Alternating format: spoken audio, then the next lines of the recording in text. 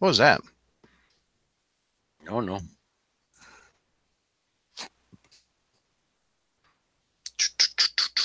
JR, you got any push-ups in you tonight, or we just? No. I tell you what, I was going over the list of titles to go over, and I realized I'm in way over my head today. I didn't realize it. Oh yeah, I didn't realize I had a 6-part Name of the Rose and just all kinds of stuff. Awful. Just plod through it, man. You wanted to take the troll picks. No. Try to get at me, and this is the price you pay. No, if I wanted to troll you, George, I would have been pick something where I could eviscerate Secret Wars again. That's why I didn't respond to Spidey Dude when he said trolling George for 2000. I thought, no, I said no. I thought about responding and saying no if I was going, but I said, fuck it. That's okay. We're gonna bring the Secret Wars up again tonight. By the way, that's funny. Oh, so it'll give us a chance for me to prove how wrong you are once more. Hello, 5 viewers. We got 5 viewers. You can try. All but right, one thing about being old is you're so set in your ways you don't change your mind. Yeah, but I'm old too. Well,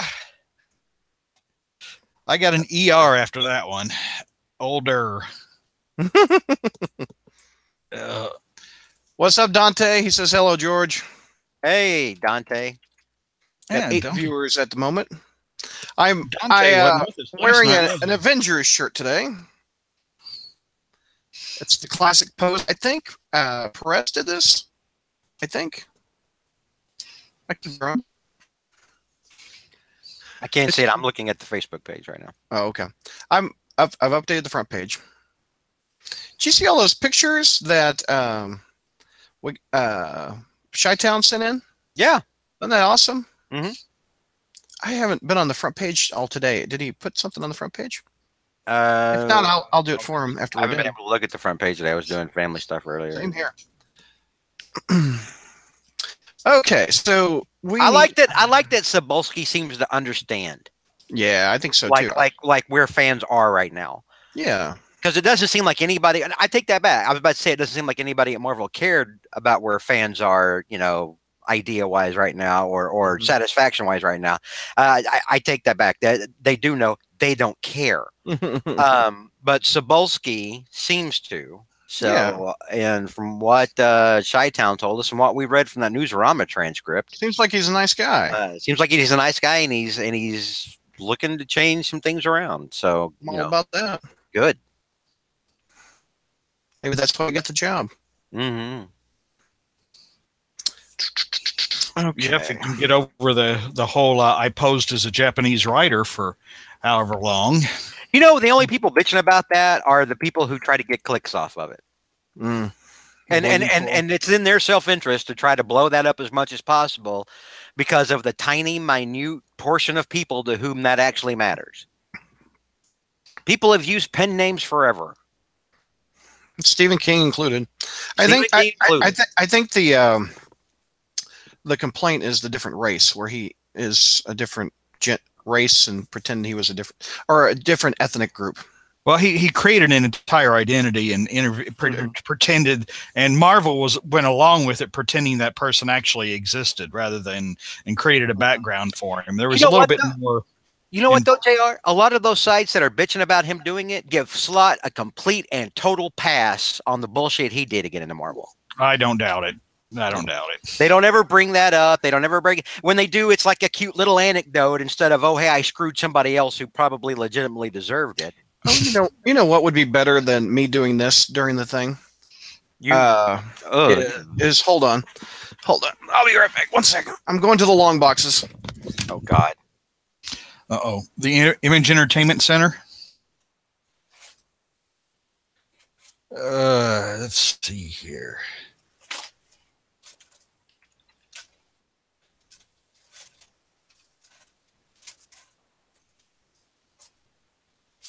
Oh, what did Slott do? That was like, what did he do, George? He pretended to be an intern or something? Yeah, he pretended to be a college student so he could get an internship. I think he'd already graduated college by then.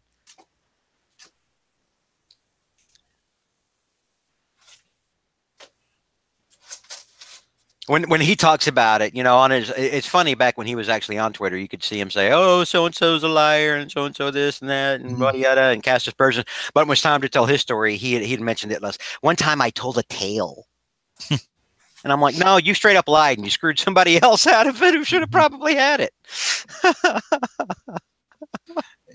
Stan Lee is a pen name. Yeah, Stan Lee's a pen name, but that's he's still been Stan Lee. Yeah, that was pretty common for for Jewish people to Americanize their names, as opposed to you remember Jacob Katzen, or was it Jacob Kurtzenberg? Was that his name? Also known as Jack Kirby. 156. Yeah. I think didn't one of the Superman creators do the same thing? No, Siegel and that was No, I guess Siegel and Schuster were Siegel and Schuster. I think. Yeah, I think you're right. I think I may be thinking about somebody else. But no, there were a lot of them that did that though.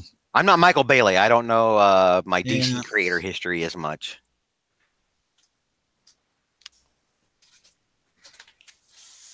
Oh. This is exciting, Brad.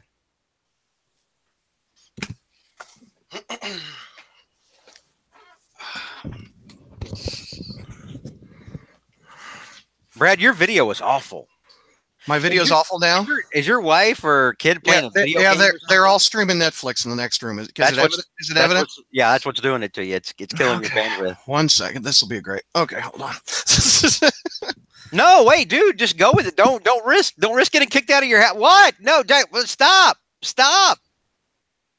Oh my God, I've caused Brad to get divorced.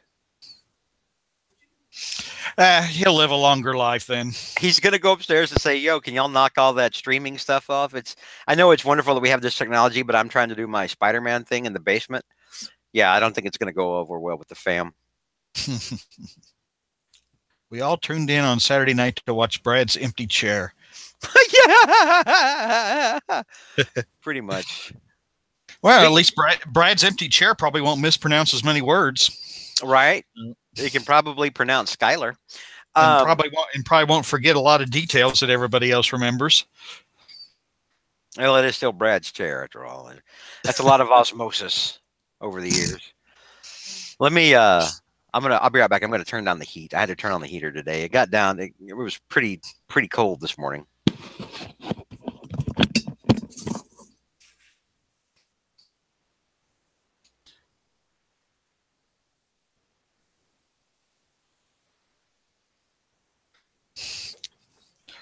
Well, I guess it's just me. Long ago, I was born in a log cabin. I remember being told the tales of the bears wandering through the woods, howling in the night. Did George leave too? Are you? All I did was turn down my heat. I didn't go upstairs to disrupt my domestic bliss. I'm okay, dude. I'm okay. Okay. How's my video now? Netflix has been stopped. It is a little bit better. Yeah. Okay, good. What did you do? Did you just barge in and say, "Look, the podcast must go on. I can't have this." Well, we have satellite. I mean, we can. That's not taking up bandwidth, upload speed. Hornacek, Brad comes back with a black eye. JR used the force to make the chair spin. Oh, that's funny. It's the JR show. Yeah, I was going into my past and talking about the log cabin I was born in, and then you guys came back, and I had to quit. So that's so funny. Yeah, he is the Spider Yoda. He can. All right. Are we ready, gentlemen? Maybe that means I'll show up in a movie and just babble something and pretend it's a plot point.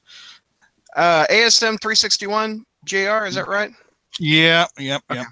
And George, the only reason I'm going with history first is because I can name the file history. Okay, that's fine. No, I mean JR can go and get back to the rejuvenation chambers earlier. We do that first and get it out of the way.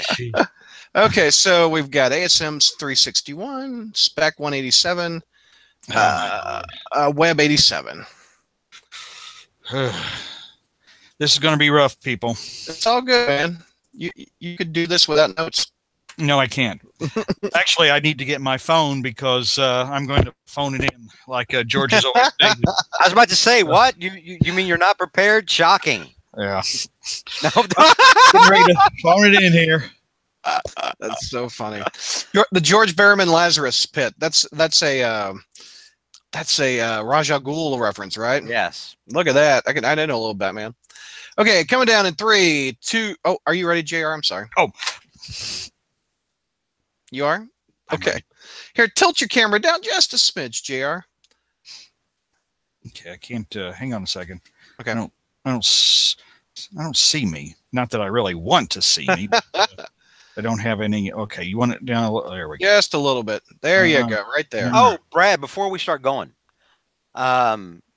Neil, our very own Neil, who is in chat, Yeah. raised a good point to me. We were talking on the Facebooks. You can send messages and whatnot on the Facebooks. I don't know if you're aware of this. And I'm joking. And he had brought a point. He brought up a cool point, and I think he actually is onto something. I think he's right. We should probably have a crawl space Discord channel. A what? And I know you don't know what that is, but it's a big hit with the kids these days, especially the college kids. And this is why I think like things like message boards and whatnot don't get as much traffic anymore, because they're all talking real time on things like Discord. Discord's it's basically like it's a live real time message board. Basically, yeah, it's like a real time message board. I can set that up for us. That's not a. That's Do not I host it or what is it? No, it's hosted on Discord. You don't have to do anything except yes, make it so, and I'll get it done. Because we use it. People use it when they're doing video games. They use it for different community things. I'm on several. We use it for D&D. When we play D&D, we talk through it while we're playing in a different app. Wouldn't it take traffic away from the YouTube chat? No. We don't do it during YouTube. We just it's up 24/7. It's whenever. It's like, and then you get a text on your phone. Oh, look, somebody said something in the thing. I'll go, oh, hey, look, I disagree strongly with your viewpoint. I question your heritage. If people would enjoy it, feel free. Yeah. Okay. Well, and then I guess I could put like a link on the front page. Well, that'd be kind. Yeah. So people knew that we had it. Yeah. We'll put it up on. But I'll do that tomorrow. All right. Cool. That was require like a logo? It probably does. Yeah, but I can cover it. Cool. I'll figure it out. But Neil, that was Neil's idea. All right, Neil. Thank you. You can have your Discord we can have our Discord tent. Let there be Discord for all. Let there be Discord. Yes. Okay, so JR, I think you're ready. In a manner of speaking. George, are you ready? Yeah. YouTubes, are you ready? I'm readier than JR. I'll put it that way. Readier. Didn't we do this less than 24 hours ago? No, exactly 24 hours ago today. It's exhausting. Well, 7 shows, man. That's a lot. Okay, coming down in 3, 2. Hey, Crawl Spacers, welcome to our Spider History for April with JR. JR, what's going on? Okay, I'm getting ready to phone it in, everybody. Just like George has always claimed. So I don't think anybody expected less, JR. And I hate to disappoint them. The other voice is George. What's going on, George? Hi, everybody. And we have 16 viewers watching us live on YouTube. Welcome, YouTube viewers. How are you guys? So, JR, we are headed back for the April that we're looking at is the first appearance of a very popular to this day character. April 1992. This came out. I pulled them from the long boxes. This is ASM 361, the first appearance of Carnage, the spawn of Venom. Wait a minute. Technically, I thought Carnage appeared in the last issue. Did he have like one little panel in 360? I think. Well, let's go to the historian. I think I don't remember. Oh gosh, I'm just phoning it in. I was about to say we could look it up on Marvel. Yes, no, I'm looking at 360 right now. Yes, totally. Okay, so he was on the last page. His first appearance was 360. No, he wasn't on the last page. He's like in the middle of the damn issue. Oh, that's funny. I think 344 was the first Cletus Cassidy. I could be wrong. But anyway, I think I saw that. ASM 361. Take me through that one, JR. Oh Lord! Well, one reason I picked this month was I'm not a big fan of the symbiotes either. In fact, normally I would share George's disdain. Then why are you subjecting me to so many tonight? Well, see, the thing is, George, history is not pretty.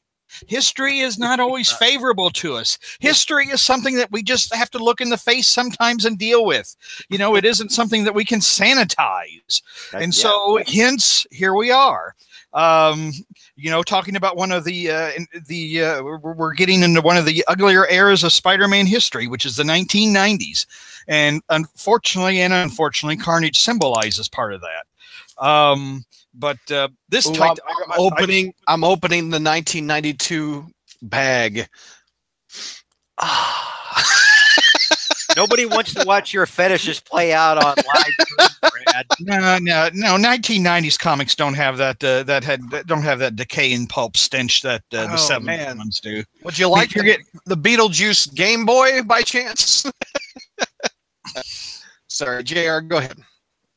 No. Go right ahead. Go right ahead. You got other things to sniff around there, like maybe some old socks or something like that. Oh my God.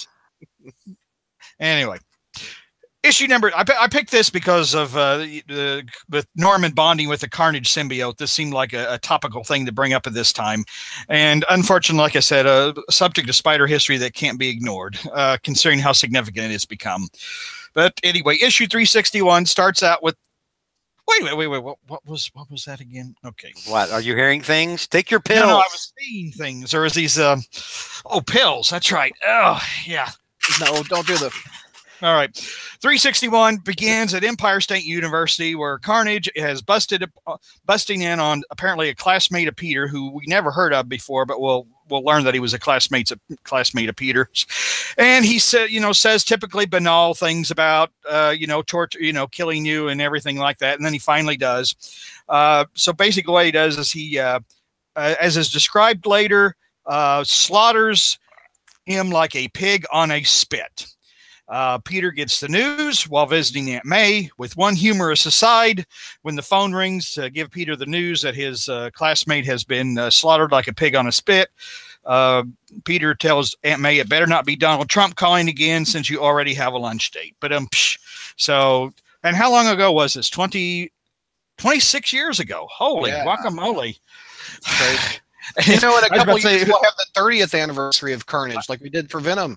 Well, I wasn't thinking about Carnage's anniversary. I was thinking more about Donald Trump, and I'm thinking about what pop culture figure now is going to be president in 26 years. That's almost frightening. So anyway, so Spidey's swinging around to investigate. He says, you know what? This isn't the only really brutal murder that's happened in the last week. There've been at least a dozen, people with their spines torn from their bodies, heads spun 360, limbs rearranged. And of course, Spider-Man should think, boy, this is really something awful. I mean, maybe if I were to find out who's behind this, I'm going to have to, take extreme measures, maybe like I've not done before, in order to protect the public. But no, it's like, by the way, there've been about a dozen murders these weeks just the same way, and they're all gruesome, they're all horrible, and just, whatever. But he's afraid it's Venom, because the way the witnesses talk about, slinky substances or whatever, they think it's Venom.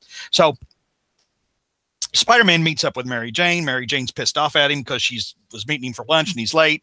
And Peter goes into that, I think it's all my fault.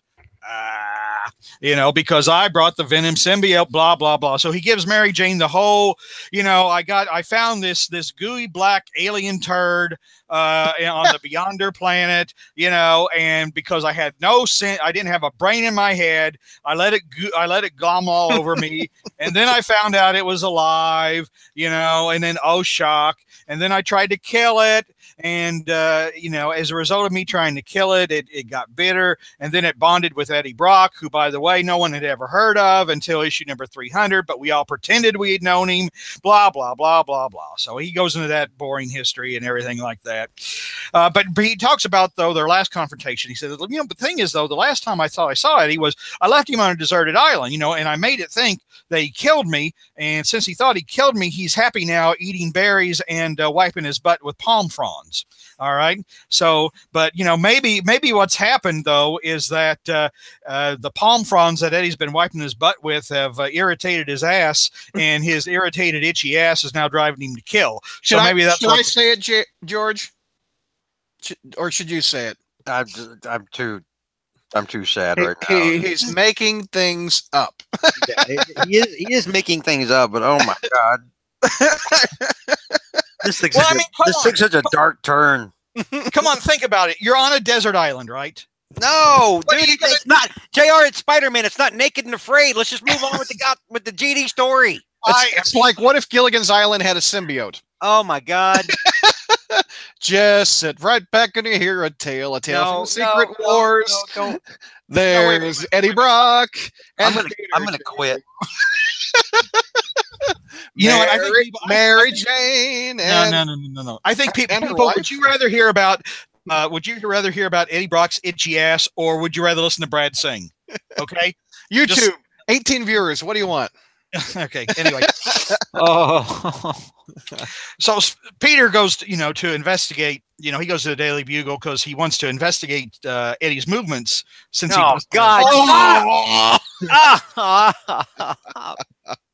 Matthew wants only Brad. Thank you very much, Matthew. Oh, Neil wants itchy ass. Oh my lord. Okay. Anyway, so get Venom off the island. Anyway, Brock vote him off the island. All right. Before Spider-Man fought Venom on the island, Venom had been in jail, or Eddie Brock had been in jail. Cletus Cassidy had been his cellmate. So, but anyway, right now Peter is in the Daily Bugle archives researching Brock's movements since he broke out of prison, trying to figure out, maybe, how did he get back here? What's going on? But then that's when he runs into stories about Cletus Cassidy and realizes that Cassidy was Brock's cellmate, and then finds out that Cassidy is an unrepentant serial killer. And he learns what an utter waste of human flesh Cassidy is, and reads about the orphanage, because Cassidy grew up in an orphanage. And here's what's funny is because the orphanage caught on fire, and the administrator for disciplinary action was found dead. And at first they thought that, well, in the panic, this person fell and smashed their skull. Really? By accident, and Peter's saying, "Oh no, maybe that this person was murdered and the fire was set to cover it up." You think? Yeah. But anyway, so Spider-Man, he goes around interviewing people, and again just finds out that Cassie's truly an awful person, and then goes to the orphanage and finds him sitting there talking to a teddy bear, because I suppose we're supposed to feel empathy for him for some strange reason. Well, Cassidy turns into Carnage. They begin duking it out.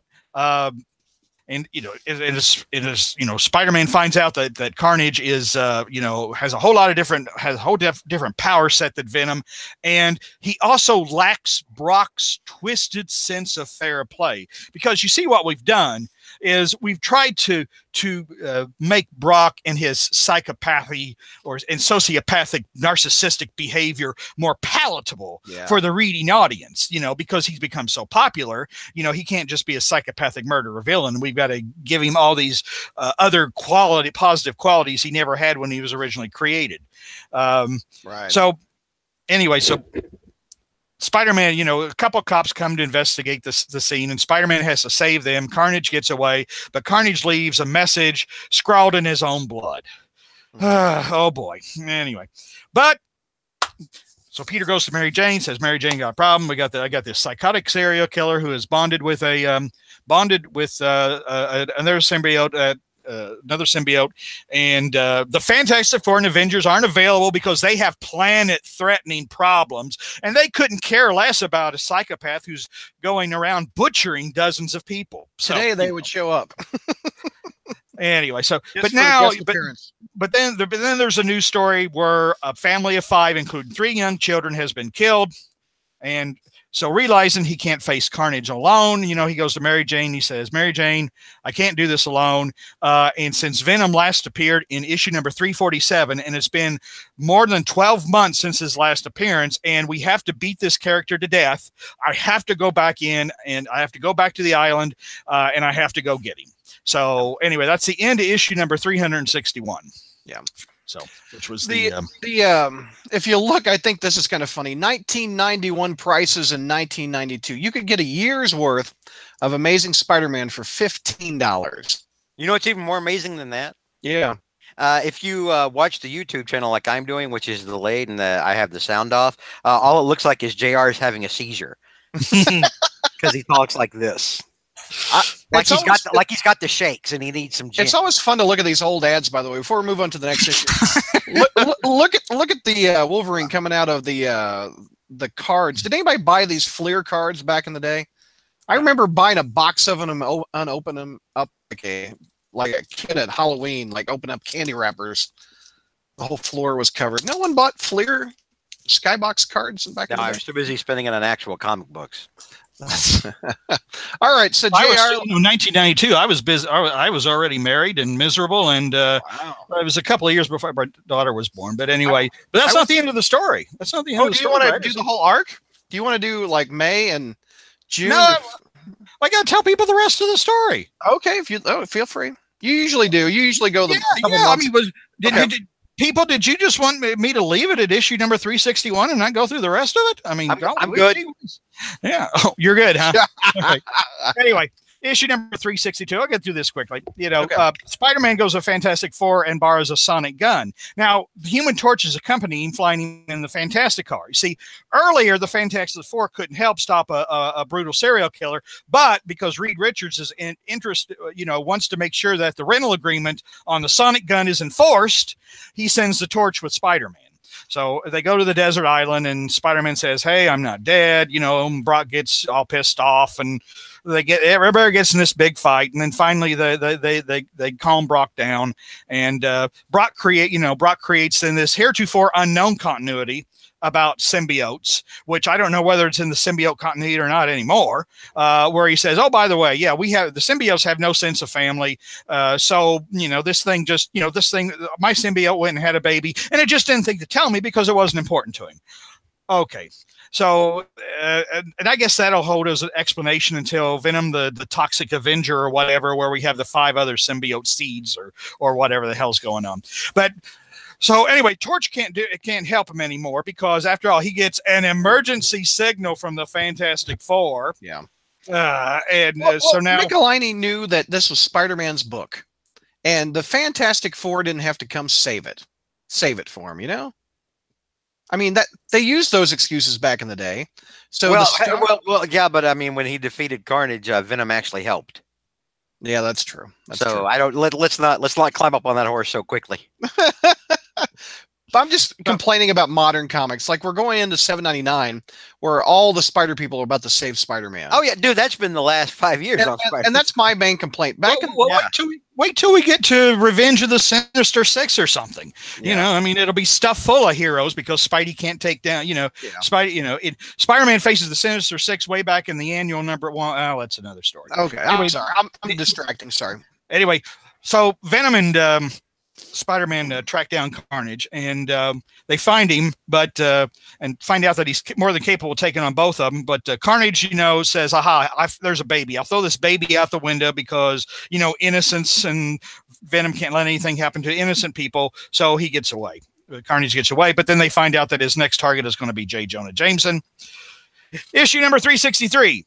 Carnage invades the Daily Bugle building and takes Jonah captive. He was going to kill him there, but then he realizes that he says, "Wait a minute, maybe I need a bigger audience for this." So while Carnage and Venom are looking for him again, and Venom is singing "Strangers in the Night." What were the chances? And then Spider-Man finds out from Venom that Cassidy was a metalhead. So now he knows that Cassidy is really evil and probably should die. So now in something that Robbie had told Spider-Man when they went to invest, to the Bugle after Jonah was taken, that Cassidy was going among his people who would be receptive to his message. So they find out that there's a metal concert going on at Madison Square Garden, and that's where they go. So anyway, pointless fight, go to the subway, go back to Madison Square Garden. Spider-Man turns a PA system on, and the Carnage symbiote discorporates, according to Venom. And I had to look up the word, and discorporate means being without material or without substance or being disembodied or whatever. Well, the thing is, since a Venom symbiote is quote unquote older, it's not knocked out so easily, and it still tries to kill Spider-Man. And then lo and behold, Mr. Fantastic is waiting in the wings with a sonic gun, then shoots Venom. Then he does get rescued, even then. Yes, he gets rescued again. I apologize. Yeah, and the Human Torch and Mr. Fantastic just been hanging out there while Venom and Carnage and have been wrecking all kinds of havoc at Madison Square Garden. They've been sitting there, and Mr. Fantastic says, "Yeah, that was right, Spider-Man. If we had waited if we had come in and got involved and maybe cut this whole thing short, a lot of other people might have been hurt. Right? That makes a lot of sense, doesn't it? It certainly does. So." Venom, of course, is mad because he thought he had a deal with Spider-Man. Spider-Man wouldn't turn him back in if he, helped him find, Carnage. But now Venom says that shows that you're truly not quote unquote innocent. Whatever justifies your narcissistic and sociopathic behavior, Eddie. There we go. Whatever justifies your own stupidity and narcissistic actions. But that is not all that happens in this issue, boys and girls. We're not done yet. Not done yet. Because as Venom is being carted to the vault in a special holding cell designed by Mr. Fantastic in East Germany, George, wake up for this, because this is going to kick off another classic era of Spider-Man. All right? You don't want to miss this. You don't want to miss it. In East Germany, 2 people are about to board a plane that will shake up Peter's life. You know who these 2 people are? They're going to set off the agonizing robot parents storyline, which leads to the Clone Saga. And it all happened right here in this Carnage story. So you get 2 Carnage set up the parents, huh? So Carnage, the Carnage story, the first Carnage story set up the robot parents storyline, which goes on for 2 more years, which sets up the Clone Saga, which goes on for 3 years, which then sets up the this period where sales go down, which sets up the reboot. So a couple episodes ago, I said that the Lethal Protector era, I think, ruined the Venom character. I think that and all the severe overexposure. The overexposure, and also I think this panel, let me pull it up here, and for the YouTubers, well, that's not it. Hold on. I think this panel ruined Venom. Look at that handshake. Spider-Man doesn't handshake his villains. Has he ever shook hands with a villain? Do you remember, JR? I don't know. Let me go back to the long boxes and find out. No, I mean, does he that when I read that in 1992, I thought to myself, that doesn't feel like Spider-Man. Batman laughed with the Joker once. It's not something that's, Spidey laughed with Norman, sat there, and they joked about Norman being Mr. Coffee. What's your opinion, JR? Did you like Venom circa 300? I didn't like Venom. Wait. Venom circa 300. Circa 300. That's next month. That's next month on Spider History. But I think the 2 things, the overexposure and the separating the evilness of Venom, ruin the character. Carnage and Venom should be one. Venom should be evil. Well, that's almost an entire discussion on the face of it. I never liked Venom, to be honest. I mean, in reading about, when I did my article ages ago, I kind of understand why he's popular with people. But, the Venom that I thought was great was the guy who looked like this huge football player with the long teeth. Then they kept adding aspects to him, like the brain eating and the drool and the exaggerated jaw. Eric Lawson brought the tongue, and the 80-foot long tongue. Yeah, I mean, you're right, just gross overexposure, and then once they created, basically they had to create, I think Michelini, and I wanted to look into because Michelini said why he created Carnage. He was originally going to call him Chaos, and I don't know that maybe he created Carnage because Venom was becoming too wussified, becoming too popular, and he had to bring back an evil symbiote. But it should have stopped right there. Okay, fine, it should have stopped right there. No, and then they created when Venom became the Lethal Protector. Didn't they have like 5 symbiotes in that story? And now everybody's seeing the movie. Yeah. And now everybody's a symbiote because we just get done with like Venom's universe or whatever, where everybody had a symbiote, and we've had a symbiote, and you get a symbiote. Yeah. I mean, it's just, yeah. I mean, However, where are the editors during all? I did like the story in 1992, and I did like it last year when I reread it. But that scene where he shook hands just took me out of it. Yeah. The editors are all in the back huffing glue out of a sock. Yeah, but see, here's the problem, and the thing. Another one of the problems that I was alluding to is that Carnage, right off, they established that he's another degree of murderer, psychopath, beyond Venom, beyond anything else. And Spider-Man treats him like with kid gloves. Mm-hmm. You know, it's like, you know, I mean, this story doesn't quite lend itself to, you know, I guess Venom or Carnage being as vulnerable to being killed by Spider-Man or somebody else as maybe later stories did, like Maximum Carnage or something like that. But, you know, I'm sorry, you turn on the sonic gun and you wait until the symbiote is ground to powder. And then you take that powder and you scatter it all over the world, kind of like they were doing with at the end of some of these what the Ultimates or whatever, when they put the Sandman in a bunch of different jars. But, I mean, there's absolutely no way that you allow this thing to ever come back. Mm-hmm. And to be honest, if Cleese Cassidy is about to get hit by a car or fall down off a cliff, you let him. You don't save him. Yeah. To me, and this is a big mistake, and to me, it's a big mistake that DC's done with the Joker. You know, because if you make your villain so loathsome and so disgusting and so violent and so brutal that the hero begins to look like a fool by letting him live. He just begins to look like an utter chump and an utter fool. And, you know, this, to me, one reason I don't like Carnage, because every time he appears, you know, every time Spider-Man leaves him alive, he just looks like a complete and total fool. Yeah. So anyway, that's you know, my rant and rave on Carnage. On Carnage. And Carnage and Venom, actually. Okay, also in April of JR and I are very different cats, Brad. Mm-hmm. Like when you give me a choice and I'm looking at the books and stuff, I'm going to avoid anything with a symbiote or anything that's Ultimate or anything with Morlun or anything with the clone crap. Like, I'm going to avoid it like it's herpes. However, you can't deny the popularity of Carnage and Venom. JR plus years. JR jumps on it like a Muppet humping a football. Ooh, that is ugly. Ugly. What Muppet are we talking about? No. Are we talking about like Kermit? Because that would really be ugly looking. You know. Okay. Anyway. Also, April of 1992, Web of Spider-Man 87, The Name of the Rose by Howard Mackey and Alex Savick. Oh my God, we're going to jump to that one right away. Or do you want to do Spec first? Yeah, actually, don't we have Spider-Man with the Revenge of the Sinister Six? Is that okay? That's fine. You want to do the adjective list? Yes, let's do adjective list. Okay. Because I was somewhat prepared for that one, and then we're gonna. The more we get into it, the more I haven't read them, and then you know, hopefully some of the YouTubers will have fallen asleep by then. Spider-Man adjective list number 21 in April '92. It's got a cover of oh, good gosh. Excuse me. Deathlock and Spider-Man back to back. And they've been making this action figure since 1992 with Spider-Man with the metal arm on him. It says this issue, Deathlock and Solo are a strange change in Spider-Man. Revenge of the Sinister Six 4. There you go. Oh God! You know, this is again. This is pretty much typical '90s nightmare.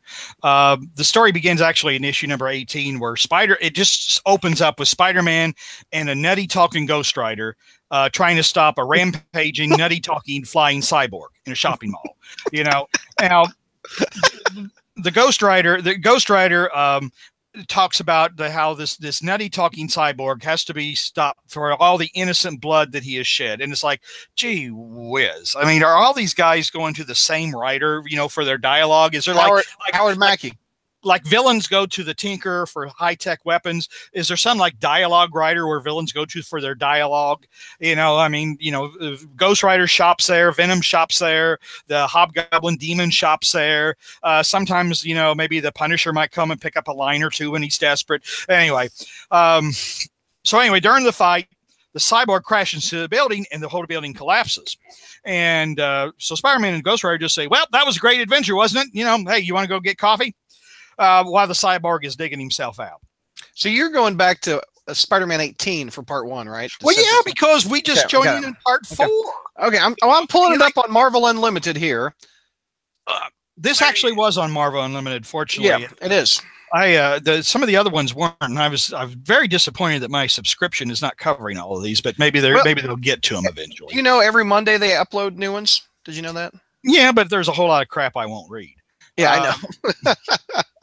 You know, I mean, it's but they've got a lot of stuff in here. I love Marvel Unlimited, but go ahead. So anyway, Sandman's checking on some family that he roomed with back during the last Sinister Six adventure, and he's worried about him because when they all got together, you know, he betrayed Doc Ock, and Doc Ock threatened to kill his family. So, but anyway, the house goes boom, and Sandman thinks Doc Ock's responsible, so he's going to get revenge on Doc Ock. Anyway. Now, and the good Dr. Octopus is picking up some adamantium arms that were created in an issue of Daredevil, of all places. Yeah. So he kills the supplier rather than pays him and uses the adamantium arms to rip up all the killer robots. And so he's really feeling his oats.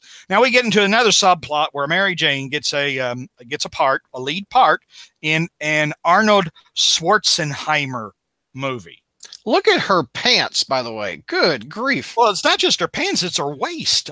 Look at her waist and her hair. Woo! I mean, how...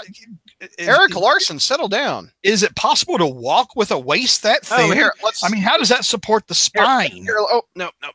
Let me do this one. Okay. There is the waist. My goodness. That's over-exaggerated. You know, now you kind of wonder, you know, like I said, I am a fan of the female form as much as any red-blooded heterosexual male, but the way some of these guys draw women in comics is just. Do you like Larson's art? I do. I don't. I know it's like McFarlane light. You know, it's like, you know, it looked like he was trying to ape McFarlane, and then of course he'll always be the one who did that dreadful art right after the reboot. Remember the Senator Ward story? Yeah, where basically he said, yeah, I did a crap job on the story because I thought it was boring, you know? I remember that. So anyway, no, I don't. But anyway, but Mary Jane is going to have, you know, if she wants this part, she's going to have to be nude. So this is a running subplot about Peter not really being happy with Mary Jane taking off all her clothes for a movie. So anyway, so Sandman meets up with the members of the Sinister Six. You know, he says, you know, well, we all hate Dr. Octopus, so let's go get revenge on him. Now, the Sinister Six at this time includes, since Kraven is dead, replacing him is the Macendale demon hybrid that was created during that stupid ass Inferno crossover. The crossover that was so bad that George didn't even show up for the Spider History that talked about that because he couldn't bear talking about Inferno. So that shows you how bad that was. Burn, baby, burn, Disco Inferno. My surprise. So Sandman. 100 story. I'm so sorry. When the bid fails, Brad doesn't just double down on it; he triples down.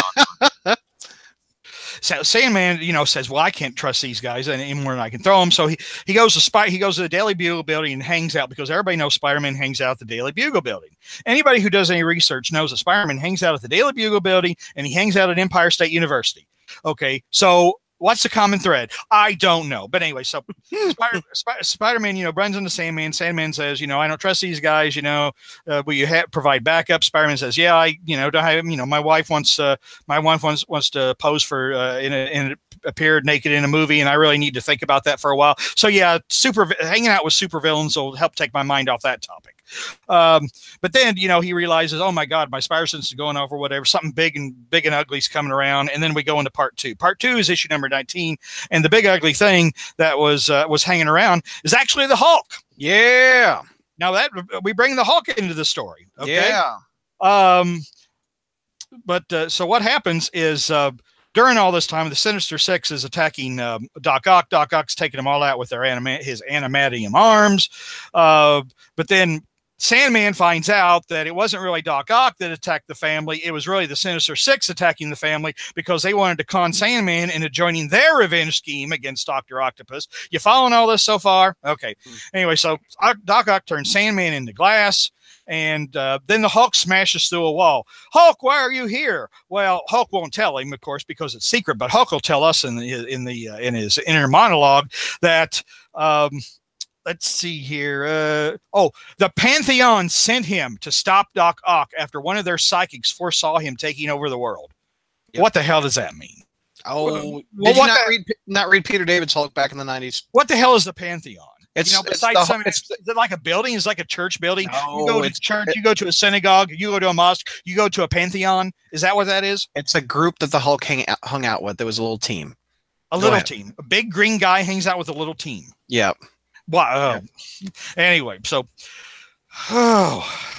Did you really not read Peter David's Hulk? No. That was great. No, I mean, I had a limited budget. Remember, this is 1992. I'm married. I have a wife. I have a family. I'm not young like you. Just spider books. Okay. You didn't read the Peter David Hulk. You didn't like Secret Wars. There's so much JR's wrong about. Well, there was things that I chose to not read because of thrift, which was the Peter David Hulk. And besides, my brother bought those, and if I wanted to read those, I'd just read my brother's comics. You can read the Peter David Hulk now at Marvel Unlimited. JR, there you go. There I go.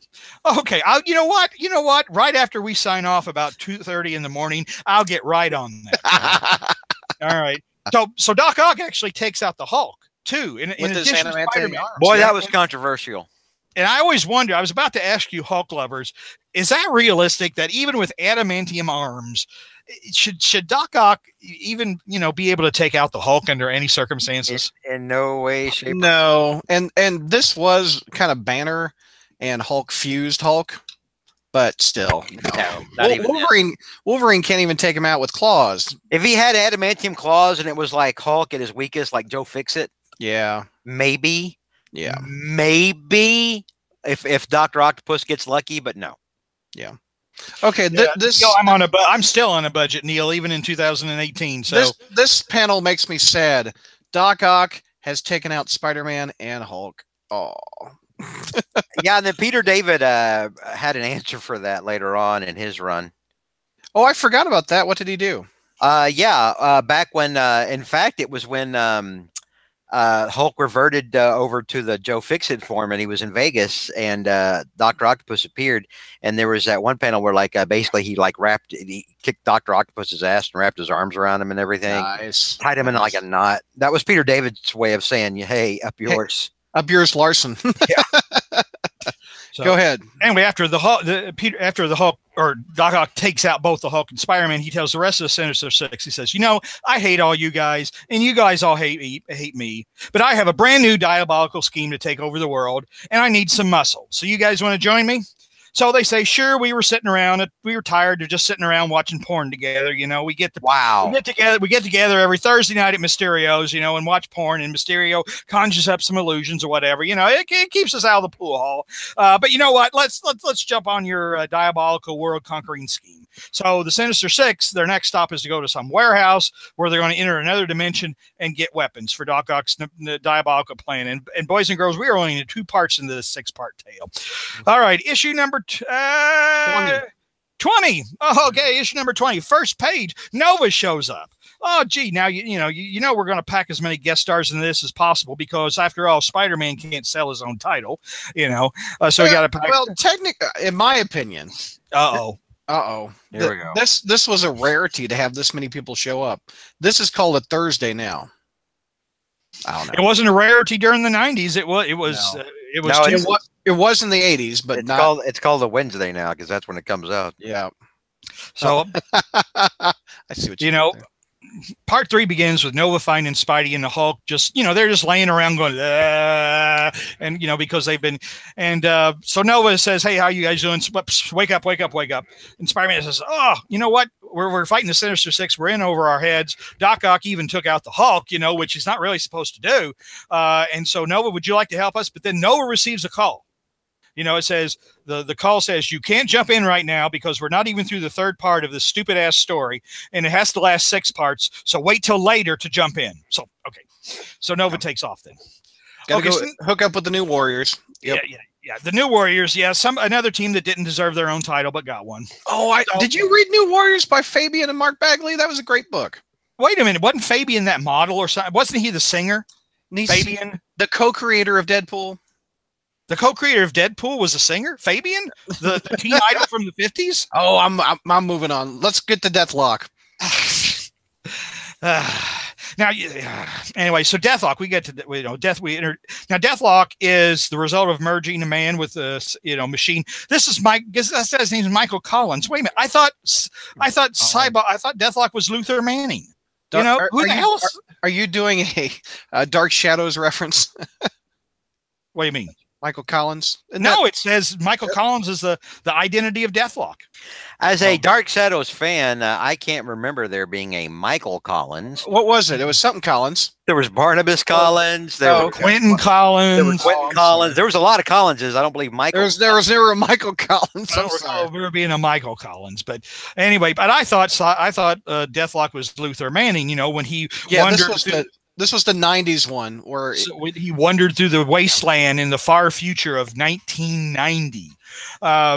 So anyway, he's Deathlock says, well, gee whiz, I saw on the news that Spider-Man and Ghost Rider fought a rogue cyborg, and I'm a rogue cyborg, and I was created by a bunch of guys who worked at Cybertech. Okay, and now all these guys jumped to another firm, so they're probably doing something evil there too, so I'm going to find out. But okay, now we got another guest star, Solo. All right, so Solo arrives in the Falcon with Chewie because they're lost and they're kind of bored because it's been 9 years since the last Star Wars movie, and it's going to be several years before the next one. And they have nothing to do. So wait a minute, it's not that Solo. No. But wait a minute. If it's not Han Solo, then it's just another lame Punisher ripoff who this time, instead of going after criminals, goes after terrorists, and he says lame things like, "While Solo lives, terror dies." Yeah. And I have never liked Solo ever. And so this Solo says that the Six are heresy, he's going to go after him. I mean, come on, folks. Wouldn't you rather have Han Solo and Chewie in this story than this Solo? I mean, come on. All right. George, can you do a Chewbacca? Can I do what? Can you do a Chewbacca? And while Solo lives, terror dies. Chewie, let's go. Get in the Falcon. So Peter goes home. He comes up with web cannons. There you go. Those cannons. He creates web cannons. And he tries to call the Avengers and Fantastic Four again, but they are unavailable. Everybody else was free. For this so they're unavailable to go after Carnage. They're unavailable to go after the Sinister Six. What the hell? What the hell are they doing? It's like, anyway, that's the problem. I guess that's one of the conundrums of the Marvel universe. They'd be tripping over each other. But so Spider-Man goes after the Sinister Six with his big, huge web cannons on his back. He tracks them to this private research facility, which is experimenting on traveling to other dimensions. But he gets in, he gets his butt kicked. Solo teleports onto the scene with his guns blazing, and then Mysterio whips up this illusion where the Sinister Six is actually defeated, and Doc Ock is lying there, and Solo is about to pump Doc Ock's head full of lead, but because it's a Mysterio illusion, it's really Spider-Man laying there. Spider-Man is about to get his head pumped full of lead, and then we go to issue 21, which was part 4, which is the issue that brought this into Spider history. I love that you're skipping all of the Terry Cavanaugh backups of this thing too, which were Diabolique. Oh, horrible. With the 9th century Frenchman or whatever, horrible. Who's a demon. Because you're not buying this book for the Terry Cavanaugh backup story. And why does this book have a backup story? Because Larson get them all together? Okay, Brad, first of all, from January 1st, 1990 to December 31st, 1999, that was the decade we call the 90s. Mm-hmm. Okay. So whenever you ask a question, why did they do this in comics? The answer is it was the 90s. The question answers itself, Brad. It was mass hysteria, mass stupidity in the 90s, which Marvel every villain and like 80% of the heroes were edgelords. Mm-hmm. And it was the 90s. It was one of the darker moments of comics history. So anyway, Solo's about to put a few bullets in Spidey's head, but before he can, then the cyborg from the crazy talking cyborg from the first part of the story, who, you know, we thought had been forgotten in the plot, comes back and saves Spider-Man. Well, it turns out Spider-Man wakes up in this facility, and he looks like he thinks he's got a cybernetic arm and a new eyepiece, but really what's happened is he is Cyclops X, which is what the Cyclops name was. Felt that Spider-Man had rescued him earlier, and so his programming made him think that he needed to help out Spider-Man. But anyway, Spider-Man is in this facility called the Care Labs because they care. That's where we're going to send you one day. By the way, look at the actual word balloons on this panel. Look at that. What is that doctor talking about? Good grief. That's a novel coming out of that guy. I don't think I've ever seen a word balloon that big. You've never read Marv Wolfman comics. Oh, man, he goes on to the next page.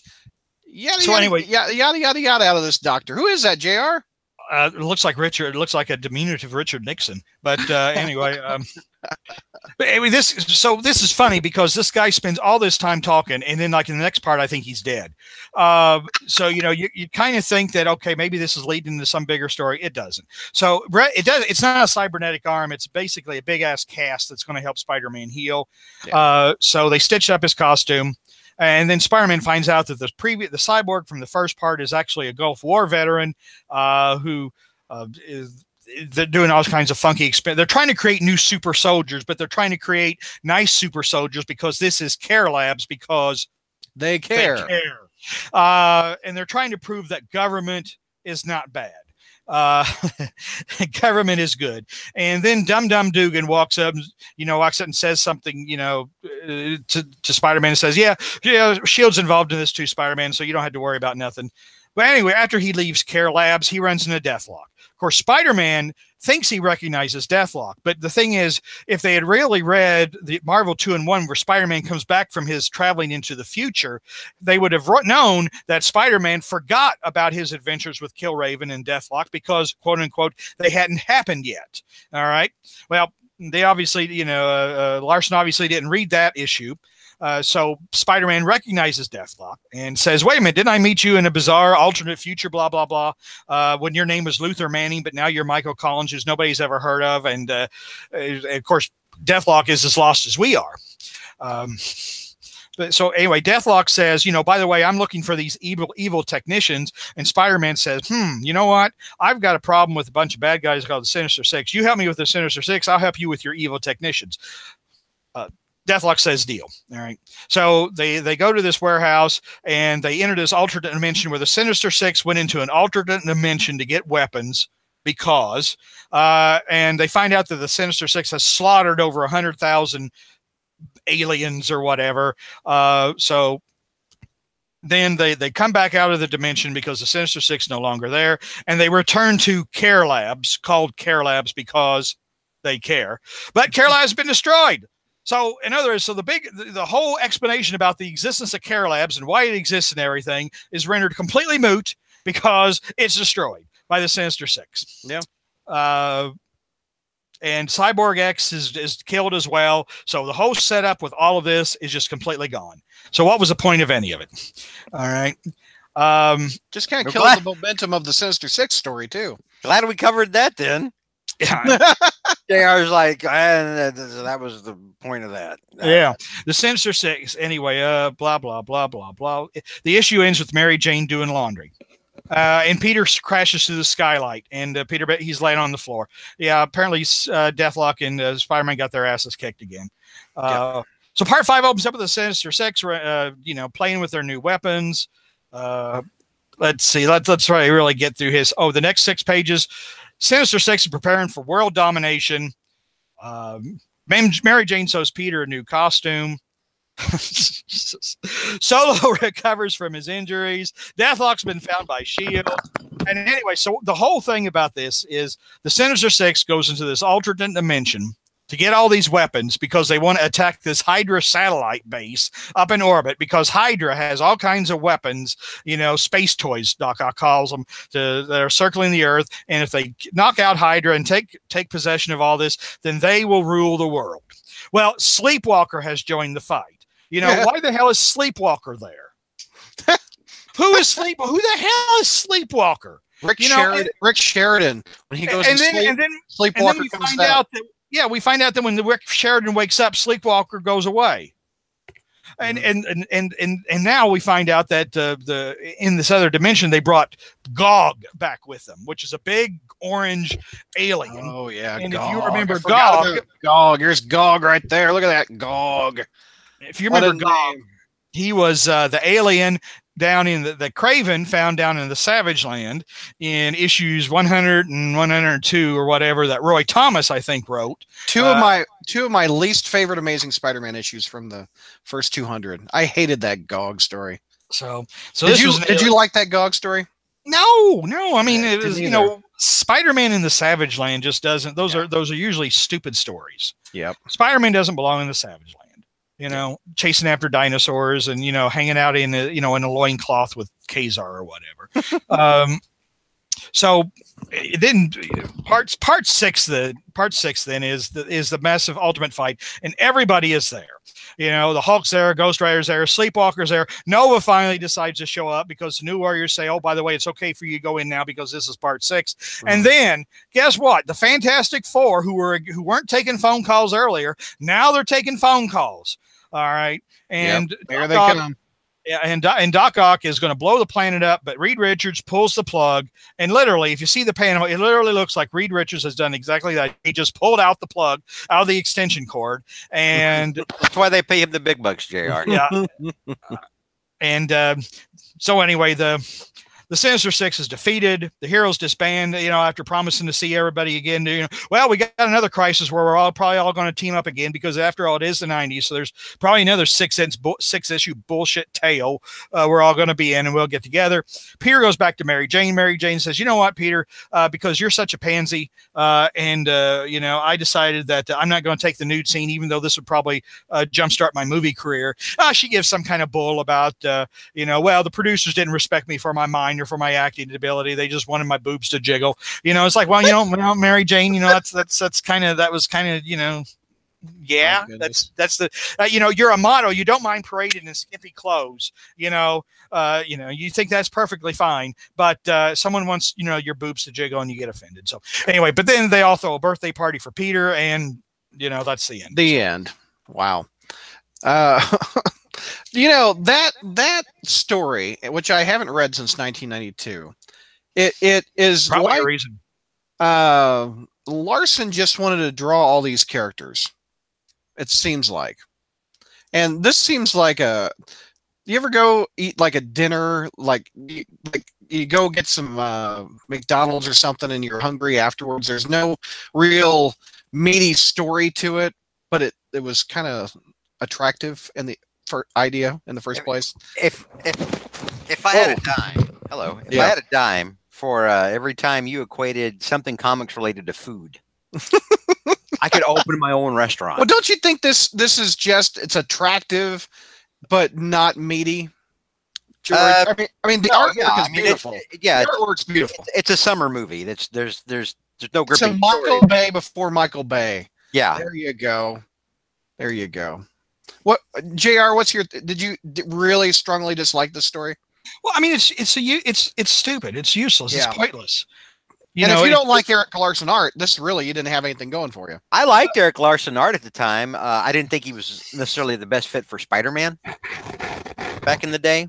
Well, I really like this art in this story, but my goodness. I mean, it's just a convoluted mess. I mean, there's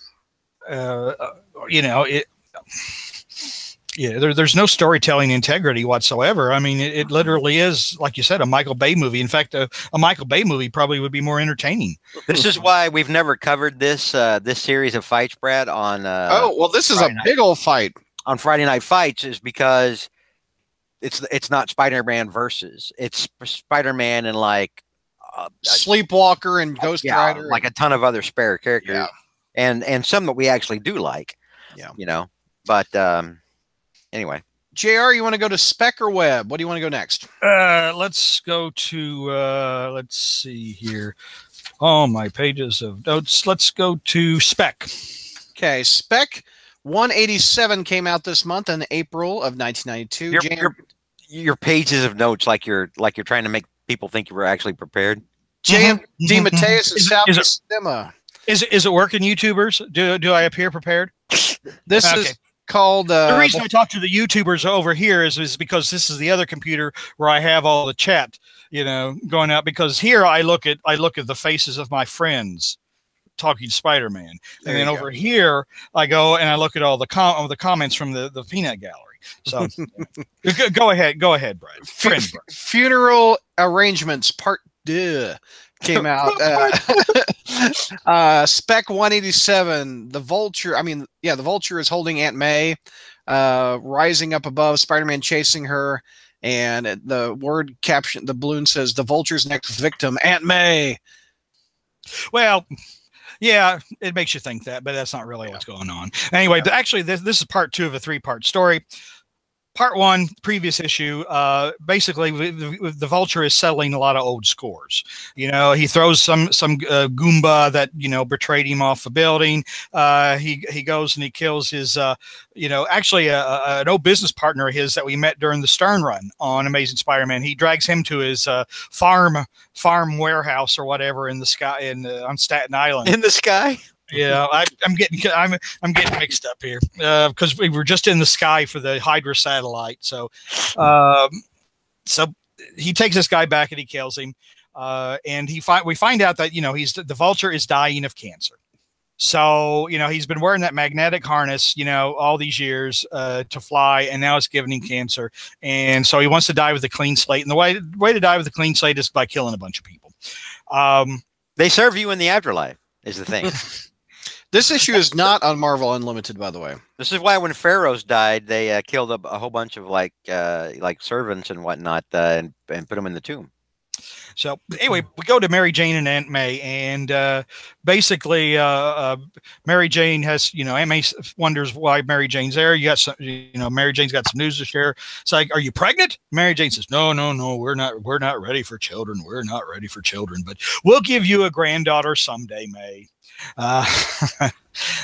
Which I don't know, just seems ironic in so many different sad ways. Anyway, obligatory fight scene between Spider-Man and the Vulture. But which the Vulture breaks off because he remembers he's got a more important errand to run. And later we find out, Aunt May comes home, and there the Vulture is sitting menacingly on her windowsill. And then we get to 187, which was actually here in the May 1992. Actually, the Vulture came to apologize to Aunt May because back in Amazing Spider-Man 336, he killed Nathan Lubinsky because he picked him up. What did he do? Did he pick the old geezer up in the wheelchair, and the old geezer had a heart attack or something like that? I think so.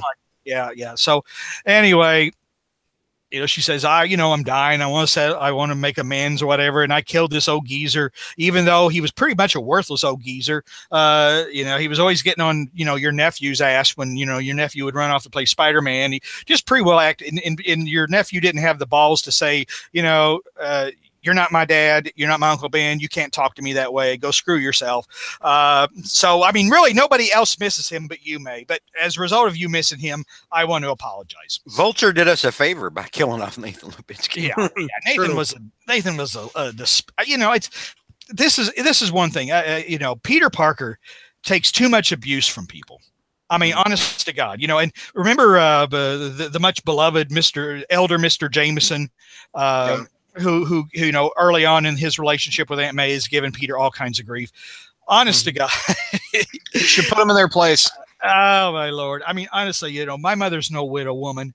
And if another man came into her life and started to lecture me, I don't know why Peter, I don't know why Peter takes this crap. But anyway, Aunt May slaps the Vulture. She's just, this is not a conversation she wants to have with a person she wants to have about a topic that she wants to talk about. So you know, the Vulture's lucky that that's all Aunt May did, because we've seen Aunt May do some twisted stuff. Well, I mean, he's lucky that she didn't turn into the golden Odie at that time, you know, and incinerate him. Lucky she didn't give him poison cookies. Yeah. So anyway, the Vulture decides to go to the Daily Bugle and rough J. Jonah Jameson up a little bit because, you know, the Vulture wants the Bugle to print a headline about him to get Spider-Man's attention. Again, another going to the Bugle to get Spider-Man's attention. All right. Well, Spider-Man, you know, Peter finds out, you know, that what the Vulture wanted there. And see, blah, blah, blah, blah, blah. The Vulture comes back. Let's see. Peter decides to stay the night. Aunt May's sleeping in her bed. The Vulture, who obviously didn't get the idea the first time, runs to the, you know, goes back to the house. But Peter scares him by being there. And then he kidnaps Peter and swings off and takes Peter to his farm silo or whatever.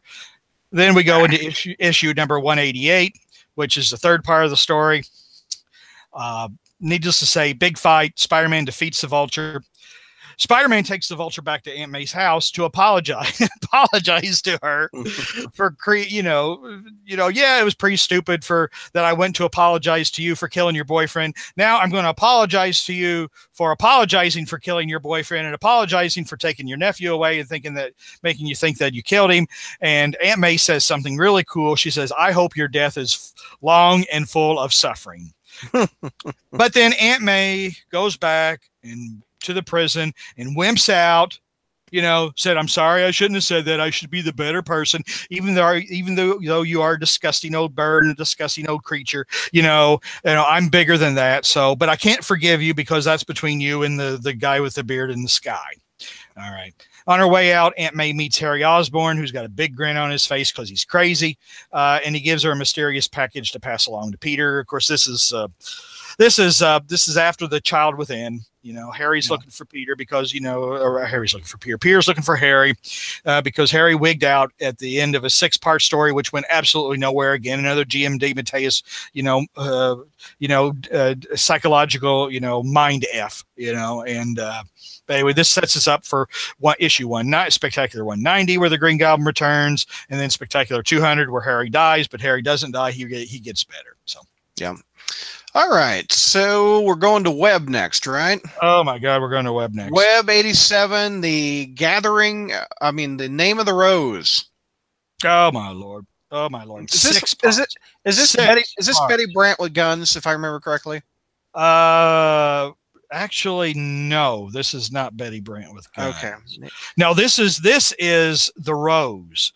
You know, this is like, I guess, 2 additional roses. But let's see here. Oh, there were 2 roses. Okay. Oh yeah. This isn't Facade, is it? Oh no. No. Facade is not for another 2.5 years. Okay, got it. No, but this is Howard Mackie. This is okay. Howard Mackie. Right. Saved by Alex Savick. So anyway, this is the Rose. Oh, no, this is Richard Fisk actually working with the Rose. But wait a minute, isn't the Rose really Richard Fisk? Yeah. To take down the Kingpin. And let's see here. Fight. This is why JR does Spider History and why I do Friday Night Fights. You're missing key moments, and JR's just like fight. Well, I'm trying to actually get the story here. Fight. Oh, and then Jonah says something that I'm saying he's saying, but he's not actually saying. And then Spider-Man says, "F you." Well, you know, we've got a lot of issues to go through, you know. And we had a late night last night, you know, and and plus our YouTubers are young and they need to go to bed early because Brad was worried about me cussing in front of them last night, you know. So that I realized that they're, you know, like I said, they're young and they probably need to go to bed early after staying up late last night. So anyway, fight. Go ahead. Fight. Let's see here. Richard Fisk meets the Rose. And it turns out that, anyway, there's this detective throughout the whole story, and it turns out that this detective is actually the new Rose. But then we meet we meet Richard Fisk's fiancée, Rebecca, and we also meet Richard Fisk friend Alfredo. Okay, See, and then chicken? we also meet the Praetorian Guard, which is a bunch of guys in high-tech armor, because everybody in the 90s wore a bunch of high-tech armor. Yeah. You know, and Guns, I don't big armor. And, and pockets. Yeah. Yeah. So, you know, anyway, we have references to Daredevil 300 because, you know, I guess Daredevil took down Fisk. Yep. Yeah. Daredevil puts down Fisk. So then Richard Fisk takes over Fisk Tower, you know, because, you know, his father is so evil and whatever. So he's going to start acting just like him. And I think, you know, and then during the time Richard Fisk shaves his head, so he looks like the Kingpin. We find out that, you know, Sergeant Bloom is the Rose, but then he gets shot up and killed. And then the Rose 3, who is now Blood Rose. I think this is Blood Rose, right? Oh yeah, I remember Blood Rose. Blood Rose, you know, comes in and starts shooting up a bunch of people. And then so Richard Fisk now is the new Kingpin of crime. All right. And so I don't know. You know, you think these guys would learn? This doesn't seem to be worthy of a 6-part story. Oh, but it's a 90. for going on for half a year. So, Richard Fisk, you know, Blood Rose has, you know, Alfredo, you know, thinks Richard's lost his mind and has become just as bad as his old man. So Blood Rose confronts Richard Fisk and all his goons, and they fight. Spider-Man and the Hobgoblin turn up. More fighting. The Praetorian Guard are in it. More guns. More pages. You know, Richard Blood Rose shoots Richard in the back. Richard crashes through a window, sinks into a harbor. You know, never to be seen again. Blood Rose escapes, and that's it. That's what you get for your 6-part, people. That's half a year of Web of Spider-Man, huh? All right, I think that's all of them for April of '92. Let me go back. Did we See miss you again anything? next month, folks. JR, was this a good month? There was a lot of Spider-Man going on. It was all middle parts of long stories, it seems. Well, you remember George's expression very early on in the podcast when we were talking about the symbiote. George, do that expression again. You know, let's call George up on full screen. Let's see us talking about symbiotes and the reaction you give us. Yeah, George, you made an you were kind of like this was George. Yeah. Oh no, I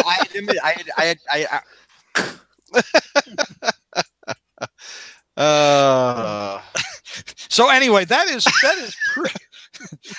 pretty well. Yeah. You know what? That is the image. Yeah. Spider hit April 1992. The year we killed George. April 1992. What was this month like? Picture of George laying there. That's all you need to know. Was it a good month, JR? We had a new character that's going on for nearly 30 years. I mean, it introduced Carnage.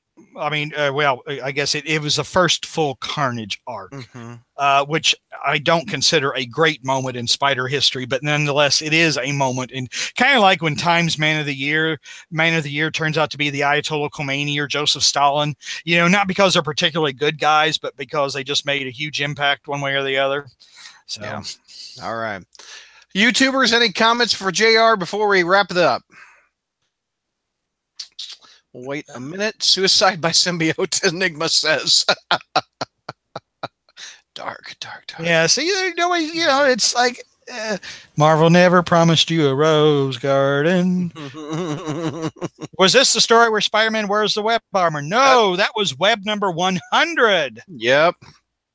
You know, the Web 100 and the story JR mentioned in Adjectiveless, they've been making those action figures for 20 plus years, where he's got the giant web cannons on the back, and also he's got the armor on. Well, hell, he's got the armor on the new Avengers movie.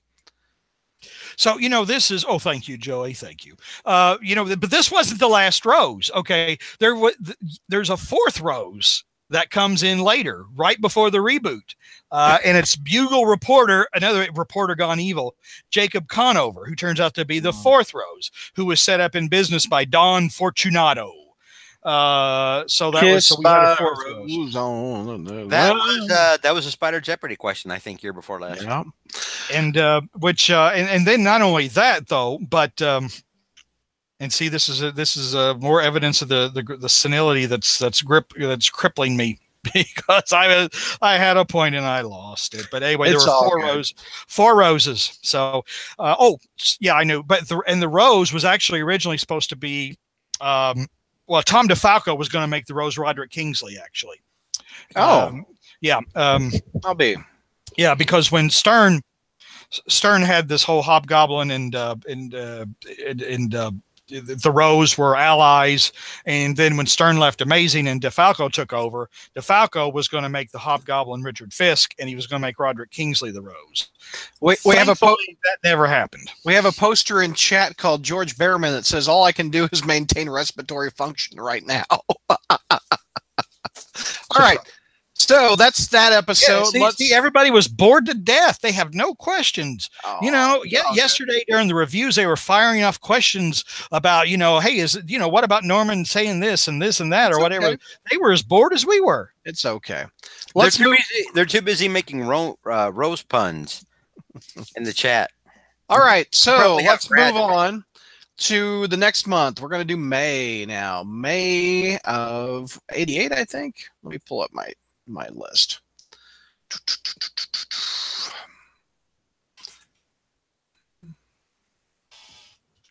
One second. Going to the message board. There it is. May 1988. I was correct. While we're awaiting JR's presentation, I'm going to go get a drink. Okay. Well, we can't do this without George, can we? I mean, no, George wants to. We can't. So you want to start Amazing, and then you want to go Web or Spec next. But George wants to talk about Venom. I mean, we got to do Amazing. We got to do Amazing first. I mean, because that's issue number 300 and the debut of Venom. Yep. Now, again, like I said, folks, history isn't pretty. And but this is the burden we bear by bringing Spider-Man's history to you. We bring you the good, the bad. We bring you the ugly, Clint Eastwood reference. Neil says, JR, you're just being cruel now to poor George. Well, now I just, George accused, why shouldn't I be cruel to George? He accuses me of making shit up. You do. But no, I don't make it up. I just add color to the story, But anyway, so he accused me of making shit up. He makes constant references to my age. Hey, like he's a spring chicken himself. Real quick, while George is off the line, you should so do a clone. Or you should do the introduction of the Ultimate Universe just to mess with them. Well, the thing is, if I do clones, then Zach shows up. Maybe the introduction of the Ultimate Universe. Maybe do all Ultimate Universe stories for history. No, actually, no. That's because that's not real Spider-Man. I know, and it never has been. The Ultimate Universe is honest to God, and now Marvel's trying to bring the Ultimate Universe back. I thought they already did. No, Bendis brought it back before he left. It's not dead. Anyway, well, I guess George is playing with us. He really doesn't want to come back. So he's coming back. Well, we can't. Let's skip to Spectacular then, because we can't do Venom without George. So let's skip to Spectacular. He'll be back in just a second. We can talk to the YouTubers. Oh, okay. We're not recording officially a show yet. Oh, we're not. I'll edit this when I do the audio version. Okay. Because I got to do an intro like we're doing a regular episode, because this will be out in May. Oh, now see, Hornacek is being really clever here. I think DeFalco's quote is, "I wanted to make Roderick Kingsley the Rose because he wore an ascot." Now, boys and girls, a little history behind the history.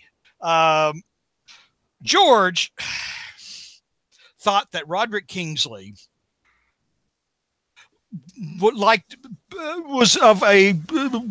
didn't play on our team. Because he wore an ascot, and that's all I'm going to say about it. I'm not helping you with the rope around your neck. He wore the internet, sir, is forever. I tried to explain. I tried to explain that Roger Stern had specifically stated that Kingsley was not gay. Yeah. But then George just said, "But he wore an ascot, ascot."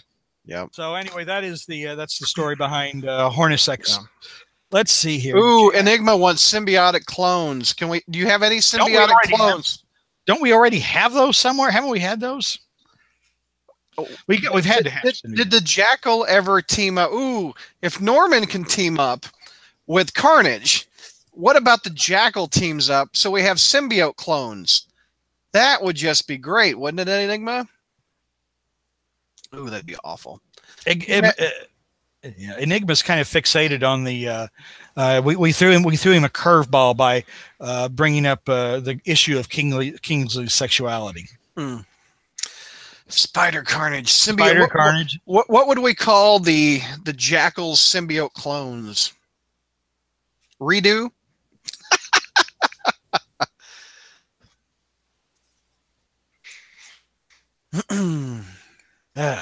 Maybe George just passed out in the bathroom. Do we need to call the police? What? Roderick Kingsley with Venom. There you go. How about we give the Hobgoblin a symbiote? Jackage. Mike, that's awesome. That's a character for when Stan Lee tried to publish Underground Comics. Remember back that dubious experience? Gosh. When he hired that guy from Kitchen Sink or whatever to create a line of dirty comics for Marvel. That sounds like one of the heroes that would be there. I will get you, Spider-Man. So swears Jackage. Hey, honey, this is something Aunt May would say. Hey, honey, it's going to be cold outside. Don't forget to wear your jackage. George, please come back. We're dying here. We were thinking about future Spider histories or future storylines. Oh my God, we haven't started the second show? No, I'm waiting on you. Why? Well, I'm not a vital part of that. Brad insisted. I have to introduce who's on the panel, and I want to hear your reaction to this book. All right, coming down in 3. Well, we did a Friday Night Fights on it, so he's more than familiar with it. Yes, we just did it. We covered it like 4 or 5 months ago. All right, coming down 3, 2. Hey, Crawl Spacers, welcome to our May Spider History with JR. Welcome, JR. Hello. Welcome, George. Welcome, YouTubers watching us live, all 18 of you. We're going back to May of 1988 and the 25th anniversary issue of Spider-Man came out. I went to the comic shop and bought 2 of them. Look at that. One with a barcode, one with a spider head in the UPC box. I was excited about this issue because I paid $150, $1.50 twice for this. I paid $3 for these 2 books back in 1988. JR. Wow, $3 for issue 300. $3 for 2 copies of issue 300. Yeah, I mean that's kind of like you could play the lottery now. I couldn't get 1 issue of Spider-Man today for $3. Yeah. But this is the first appearance, or it's the first Venom versus Spider-Man. Yeah, I'm trying to remember. It's a good thing because I wasn't buying Amazing regularly at this time. But I picked this up because it was issue 300. And I guess, regardless of the content, it's a good thing I did because for years, I don't think I'd been able to pick up an issue 300 for any kind of a reasonable price. No, it's I don't know what it's going for on the market nowadays, but I know that it was prohibitively expensive earlier. So. When I sold my collection, a couple of years ago, Brad? Yeah. Or a few years ago, I sold one. I think it was for somewhere between 175, 200. Mm-hmm. So you're saying I should sell my second copy? No, I'm just, Boy, the pages don't hold up with the colors don't pop as much. Gee, I wonder why. It's almost like the book is 30 years old or something. Man. Anyway, go ahead. Sorry. Oh, okay. Anyway, issue number 300. And I was really expecting something terrific. I mean, issue 200 had been Spider-Man fighting the burglar. His original sin.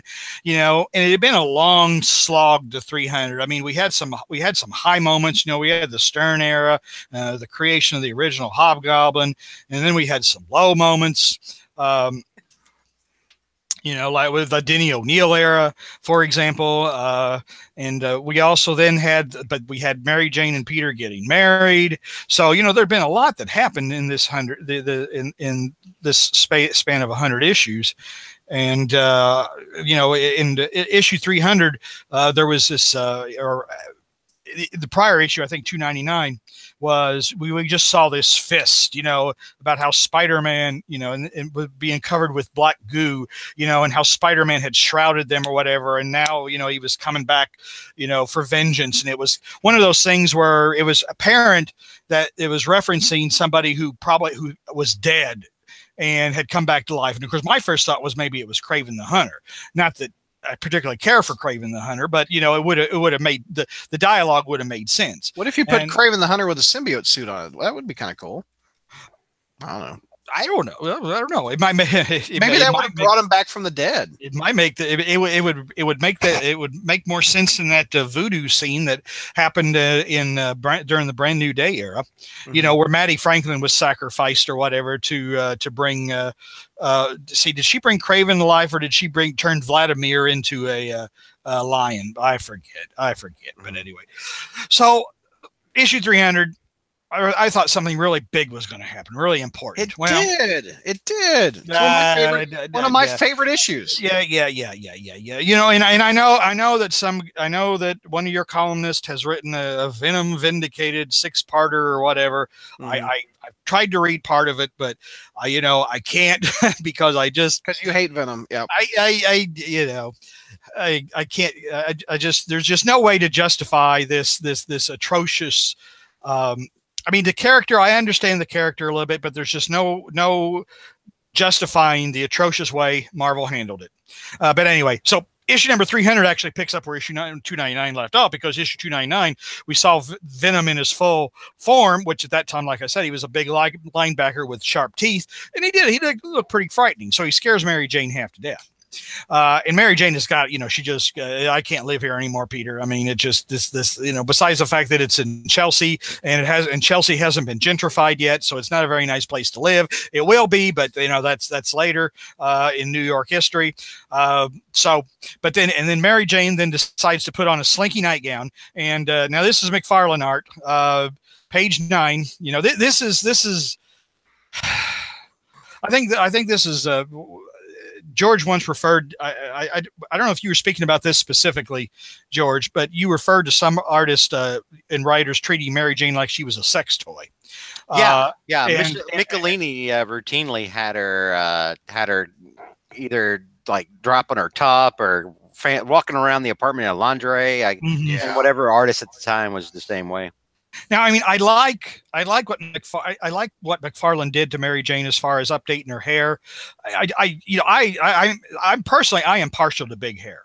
You know, I just am, and I know Stella once criticized me for it, because apparently big hair is hard to take care of for a woman. But I like Mary Jane's big hair. I miss the 80s. Remember when everyone had big hair back in the 80s? Yeah, but I didn't like Larson's big hair on Mary Jane, because it didn't look like hair. It looked like, I don't know what it looked like, but it didn't look like hair. But anyway, Mary Jane, you know, parades around in a teddy there, and says, you know, I'm doing this, Peter, because I want to convince you to move to this fancy apartment or condo, Bedford Towers, because you know, now I'm rich and I have money and everything, and by wearing this outfit, I'm going to give you the idea that I'll give you more sex if we move here. And Peter says, well, sure, why not? That's an offer I can't refuse. So let's see here. Oh, well. So he knows that he recognizes, though he doesn't know that it's quote unquote Venom yet, but he knows it's the black suit.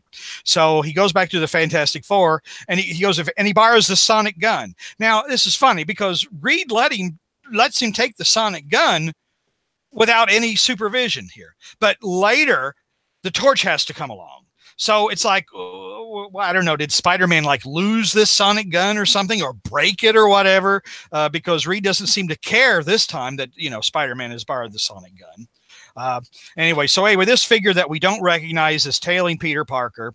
And then we go to Bedford Towers where they're moving in, and Mary Jane dresses in another slinky costume. And this is where she takes her top off, George. Because Peter's getting depressed, and she says, well, you know what, whenever Peter gets depressed, all I gotta do is pop out the girls, and that'll make him okay again. So, you know, so then they go to dinner with May and that grumpy old bastard Nathan Lubinsky. You know, and Nathan acts, and Nathan we talked about last month. Yeah, and Nathan acts all kinds of surly and stuff like that. And of course, Aunt May is being stupid and doddering, thinking that she's not going to be needed anymore. You know, because Peter's got Mary Jane now, and May says, and Mary Jane tells her just how stupid that is. Of course, Mary Jane doesn't quite say that. She says something really nice and sweet and things like that. But basically, it's saying, May, that is something incredibly stupid. Don't even think that. But anyway, so now we go to a church. Let's talk about, okay, now here is Eddie Brock, boys and girls. Here is your lethal protector. Okay, here is your someone who wouldn't, protector of the innocent. Okay, so he's in there. He's in there in the church, and it seems like he's really talking to himself, you know. But I guess he's you know, he's monologuing to the hero. Yeah, he's monologue. But anyway, so this cop walks in, and it's obviously a kid. It's a young one, you know. And so, you know, he points a gun and he says, you know, you're here, you know, and Venom and Brock says, well, I got no choice but to take care of you. So he decides to cruelly suffocate the kid. Oh, I'm sorry. I'm a couple of panels ahead of you. I was talking about him explaining his origin as Spider-Man. I'm sorry. You're talking about killing the kid in the church. Got it. Yeah, yeah. So he's in a church. Yeah. And, you know, a cop comes in and, you know, Brock shoots, you know, covers him with the Venom symbiote and suffocates him. You know, and he just says, innocent death is always unpleasant, but nothing must stand. So anyway, there it is, folks. There is, here is the character that you're trying to redeem. All right. A murderous psychopath. Anyway, next couple of pages, Peter moving into the Bedford Towers with Mary Jane. One amusing thing here is that Peter's asking, well, who are all these people? And Mary Jane says, well, I ran out of your friends, Peter, so I had to call in some of mine. That kind of is like, you know, kind of like when my wife and I were planning our wedding, and she originally wanted to have, you know, a certain number of bridesmaids. And I said, no, there is absolutely no way we can do that because I don't have that many friends. And we'd have to go rent some mannequins to stand in. So, and then there's another scene where a guy with a punk hairdo is marveling about how weird Harry Osborn's hair is. But this possibly is the last time we see Candy, Randy, and Bambi. No. Do they come back? Yeah, they came. Yeah. When did they come back? Well, we have another. We actually this month we're going to talk about them. Oh, okay. Yeah. One of them came back even later than that. Yeah. Yeah. Yeah. I forget. I forget exactly when. And but, I think it was the one that was related to Miss Muggins. Oh. Is that a Conway creation, Candy, Randy, and Bambi, or is that Stern? I believe that's Stern. Either Stern or DeFalco. Yeah, it's probably. I think George is probably right. It's probably. I think it's Stern. I always like those three girls. Yeah, it's probably. Yeah, they were always sunbathing on the roof, and Spider-Man couldn't. Peter couldn't like sneak get out into the skylight. Yeah, I was like that. But yeah, because I think during DeFalco's run, the one with the kid, kind of, you know, Peter said, "I don't have a girlfriend." Hornacek and Texas. Slot brought back one of them. Can't remember which one. When did that happen? I don't remember. I don't remember. I guess I kind of do remember that, but I don't remember the story. JR's life is the basis for the movie I Love You, Man. I haven't seen that, but I'm familiar. You know, when I think of I Love You, Man, I think of the Budweiser beer commercials. Oh, okay. Hey, we're talking about copies of Venom. Number 300 is close to $300 on Midtown Comics. Hey, I've been to Midtown Comics. I'd like to go there. They've got two locations there. They've got a big one in the Times Square area, and they've got one down in the financial district. Neil says it was Bambi during I Killed Tomorrow. It was just on the front page of a slot issue. Huh. I don't remember that. Man, I tell you, I've been so busy here. I have not been reading all of this great stuff from the 16 people who are watching us now. Yeah. You know. Anyway, so during this party that they're having at the Bedford Towers, move-in party, Peter sees Venom swinging away. All right, follows him, and this then leads up to the first confrontation, and Venom gets the drop on Spider-Man. Spider-Man says, "Who the heck are you? I don't know who you are." And then Venom, I guess, decloaks, and Spider-Man goes, "Eddie Brock." And we're all sitting there thinking, yeah, who the hell is this? Well, who the hell is this? Yeah. So, and he gives, and then he starts ranting and raving about his origin, and then he brings up the Sin Eater thing. Brings up this whole stupid ass thing about how I wrote a bogus story. Yeah, here we go. He was a solid reporter. Okay. Now, and Emil Gregg came in and pretended to be the Sin Eater.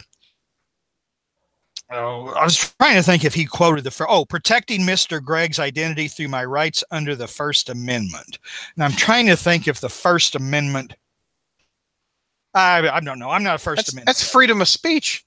Yeah, I know, and I know that that's what's used to to keep the government from reporters often cited, so reporters don't have to give up their sources. Right. But I'm just trying to I'm trying to think. You get into a sticky situation here where you're protecting somebody who basically he was admitted to serial murder. Yeah. But anyway, Brock's delusional. So basically, Brock says, I tell a story which was bullshit, and. He blames Spider-Man for catching the Sin Eater, but really what happened was Peter Parker, but then he finds out that Spider-Man's Peter Parker anyway, I guess. So Peter Parker actually threw an old roll off a typewriter and zonked the scenery with it. But anyway, so this is the beginning of Brock's delusional story about why he hates Spider-Man and hates Peter Parker. So, then we get into, big fight, Brock webs Spider-Man in this big bell, and the bell is going to, eventually, smush Spider-Man into unconsciousness, but Spider-Man gets away, and he realizes that Brock had to use up a whole lot of webbing, because remember, the webbing is organic. Brock had to use a whole lot of webbing him, so Spider-Man only has to realize that, he just has to make Venom keep using more and more webbing that he'll eventually, run dry, essentially. And, then Venom crashes, he finally has had enough, crashes. Brock and the symbiote they don't quite completely disconnect. They're still there together, but unconscious. So Spider-Man takes Brock to the Fantastic Four, and the Thing doesn't look like the Thing. Now, why does the Thing not look like the Thing? I don't. It's because it was, what was it? It was Medusa and Johnny and Ben and the She Thing, and they got hit with what's the rays that changed the Fantastic Four? Cosmic rays. They got hit by cosmic rays again, and it altered the Thing again. This is during Englehart's FF.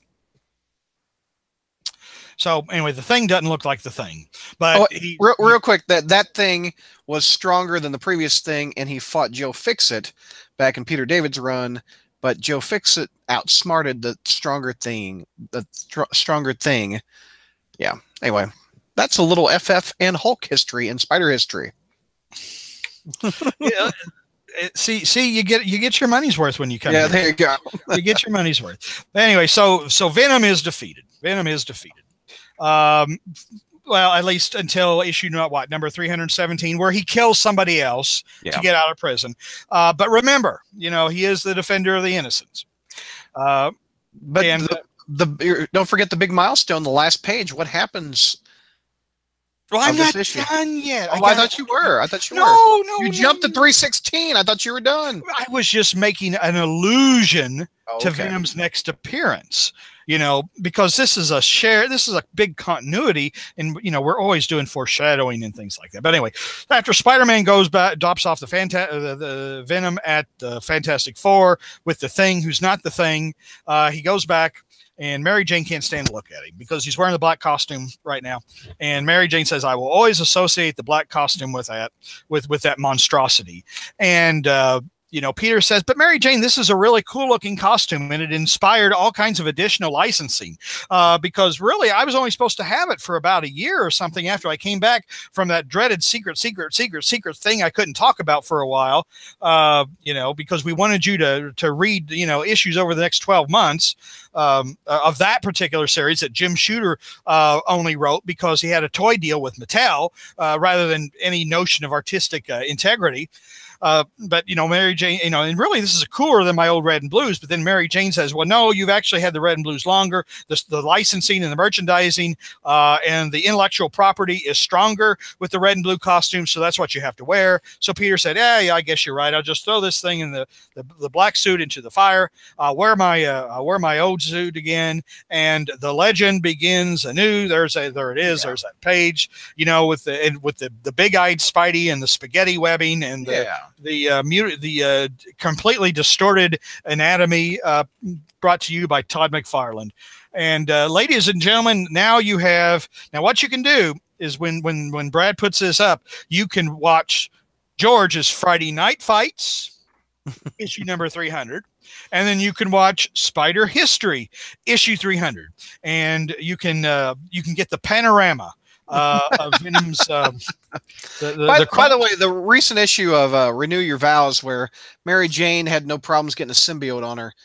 I was like, that is so not the Mary Jane character, because she hates the symbiote, as evidenced in this issue.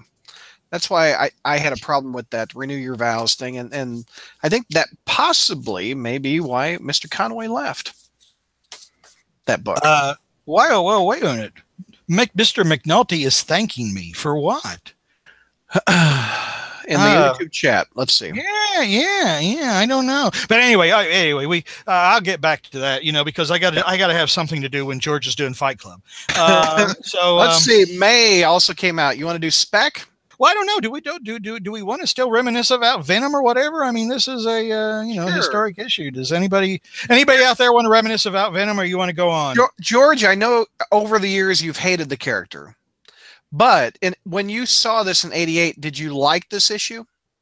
300? Yeah, we talked about that on when we covered this already on Friday Night Fights. A few months back. This one, issue 300 was good. Everything after that was complete and total garbage.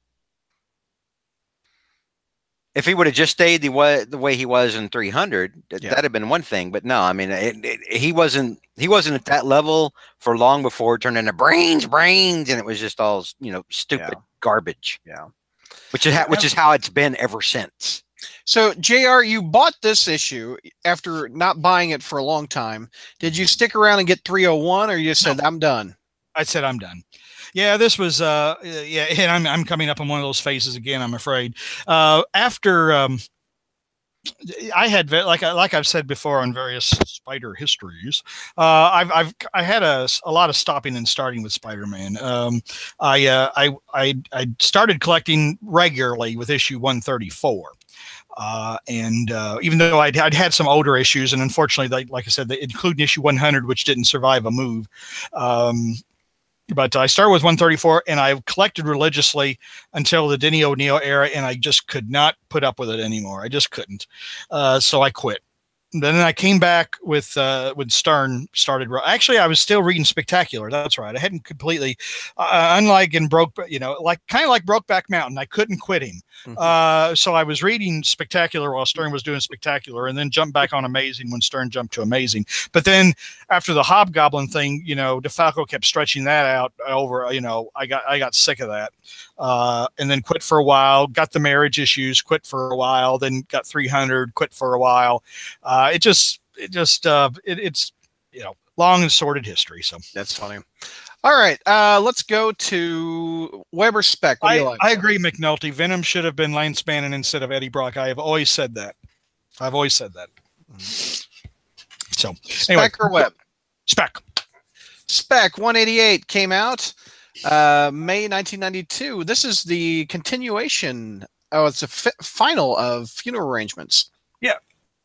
Oh, I take that back. I'm sorry, JR. No. We did funeral arrangements. I'm sorry. I'm sorry. I'm on the wrong We did tab. that last month. Wrong tab. Last month, and I haven't changed my flannel It's almost shirt. like I'm phoning it in. No. Professional podcast excellence. One second. This is the level of quality I think people Spec. come to expect from us. Spec 138. I'm sorry. I had 2 Spider History tabs open. Jerry Conway, Sal Buscema, May 1988. Spec 138. Captain America is punching Spider-Man in the face with Tarantula kicking Spider-Man in the face. The caption is, the Tarantula's back, and he's got Captain America on his side. But it's not the real Captain America, boys and girls. Oh, you spoiler. What is it? Is it the guy with the whiskey named after him? What? The Captain America, isn't it the guy with the whiskey named after him, John Walker or something like that? Johnny Walker. Johnny Walker. I never thought of that. The U.S. agent Johnny Walker. That's funny. Anyway. This story starts, actually, this is the second part of a 2-part tale, starts the previous issue, number 137. And, okay, this is another episode of that long-running series, which we called Jerry Conway, Social Justice Warrior. We basically, we start the story where there's a janitor, overnight janitor working at the Bugle. And so Conway gives us his background in the narrative boxes that he escaped the death squads of his home country to start a new life in New York. But, the tarantula, and this is a new tarantula, the tarantula says that he's he spoke out, back down in South America, he spoke out against the regime. I'm trying to think if this is any way tied to the Argentinian purges. I think of wasn't that during Pinochet's reign in Chile? Oh no, the Chile and Argentina are 2 different countries. So by the way, this is ironic because this issue, JR, and several after it were just added to Marvel Unlimited this past week. I remember seeing these added this week. They it's almost like Marvel Unlimited said, "Hey, JR is going to cover these. We better put them up." Well, then he should have done that with the Carnage Amazing issues too, because I was looking for that and couldn't find it. So, all the Amazings are up. No, they're not. I don't think they are. Yeah, they are. I've read them all through. Anyway, Spec Webbin's adjective lists aren't all up, but go ahead. I'm sorry. Anyway, so Tarantula kills this guy, and but I mean, this was what was happening. This is what was happening for real in the 70s and 80s. Is that these petty South American dictators, and I'm thinking specifically Chile, people who had talked against the regime and had escaped to would escape to the United States or other countries or whatever. The government would hunt them down and kill them. And of course, I don't, I don't know. Apparently, we didn't do anything about it, but I guess that's another long story.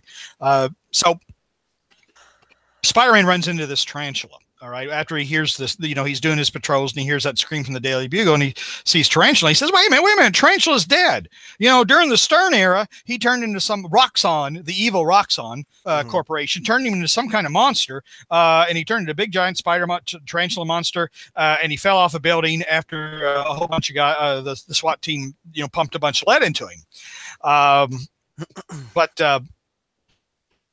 the tarantula gets away, and then Spider-Man says, "Well, that guy's he's too professional. He's not an amateur, so he must be another one of them South American military guys working for a dictatorship or whatever."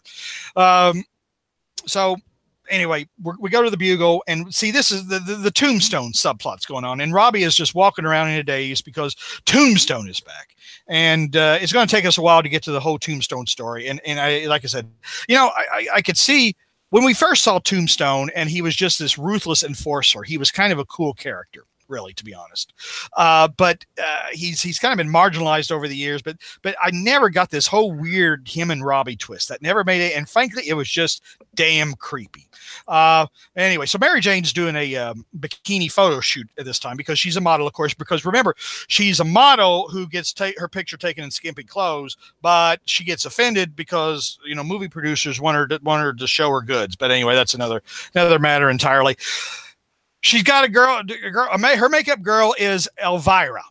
All right, no relation, no relation to that dreadful country song, nor any relation to Cassandra Peterson. My heart. Come on, George. On fire. Elvira. What is this with the singing? What is this with the singing? George, what's going on with it? Is it just he doesn't have any toys to put in front of us or whatever? When you say Elvira for me, it's I'm starting to wonder if like Wendy like grabbed the kid and just left him because I said no, like weeks ago, and he's kind of been pretending and going slowly crazy since then. Well, unfortunately, I have to contradict that because I actually saw Ava yesterday.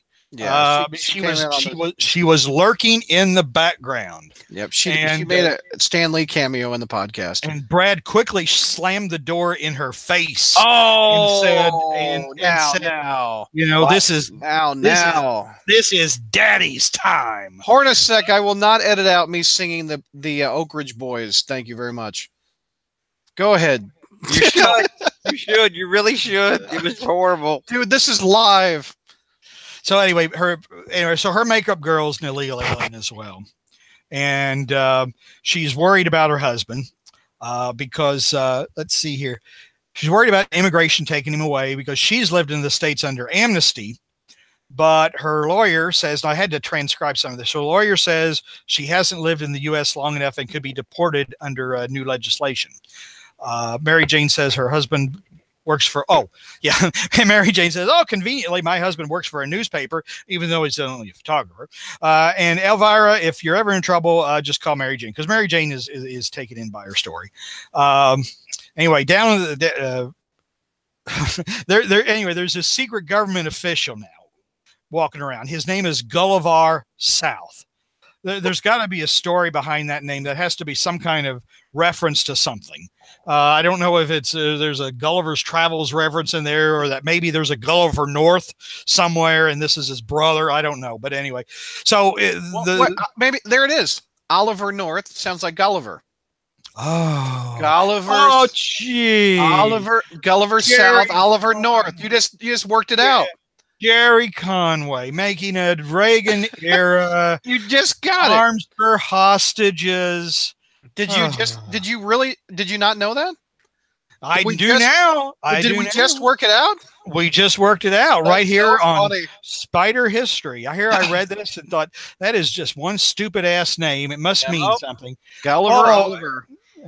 Once again, Jerry Conway puts on the ham glove and hits us with the ham fist. Hornacek, Brad just blew JR's mind. I just was surprised that Brad was actually able to remember a piece of 80s history, because he, like I said, he forgets people's names. He forgets how to pronounce words. He forgets other things. Right. But yet he remembers. Right. Hurry up, RJ. Come on. RJ. So what you're dyslexic? I guess so. Now you're dyslexic now. So anyway, so Tarantula and his evil government goons from an unidentified South American country are hanging out under this garbage barge, and Gulliver South is there, and he says that Tarantula is saying, well, I've got your government's permission to do all this, right? I'm doing this on the, because the Gulliver comes in and says, well, we appreciate what you're doing for democracy. Democracy, my ass. And so there are people in the government that support you. And Tarantula says, yeah, up to the White House, right? And the Gulliver South says, I wouldn't go that far. Well, we do have your government's permission, right? And South goes, I still wouldn't go that far, but go ahead and kill as many of these these refugees as you can. And so he decides he's going to, so he gives Tarantula a file on Elvira and her family. This is a next group of refugees that the Tarantula's going to take out. So, blah,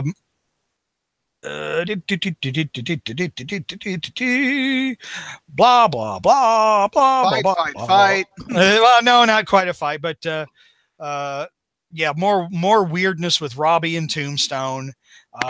Okay, here we go. Peter meets up with Ben Urich and an immigration lawyer, apparently. They're in Spanish Harlem. They want to do a piece on refugees.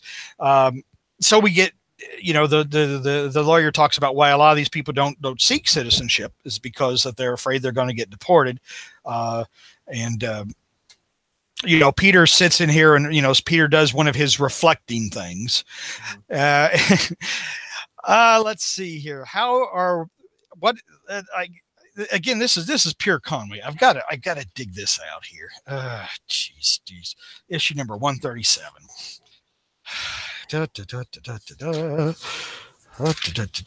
Yeah, because there's these punks, you know, there's these Spanish punks that try to attack Peter Parker because he, you know, they think he's up to no good, you know, because he's a white guy. Where is that?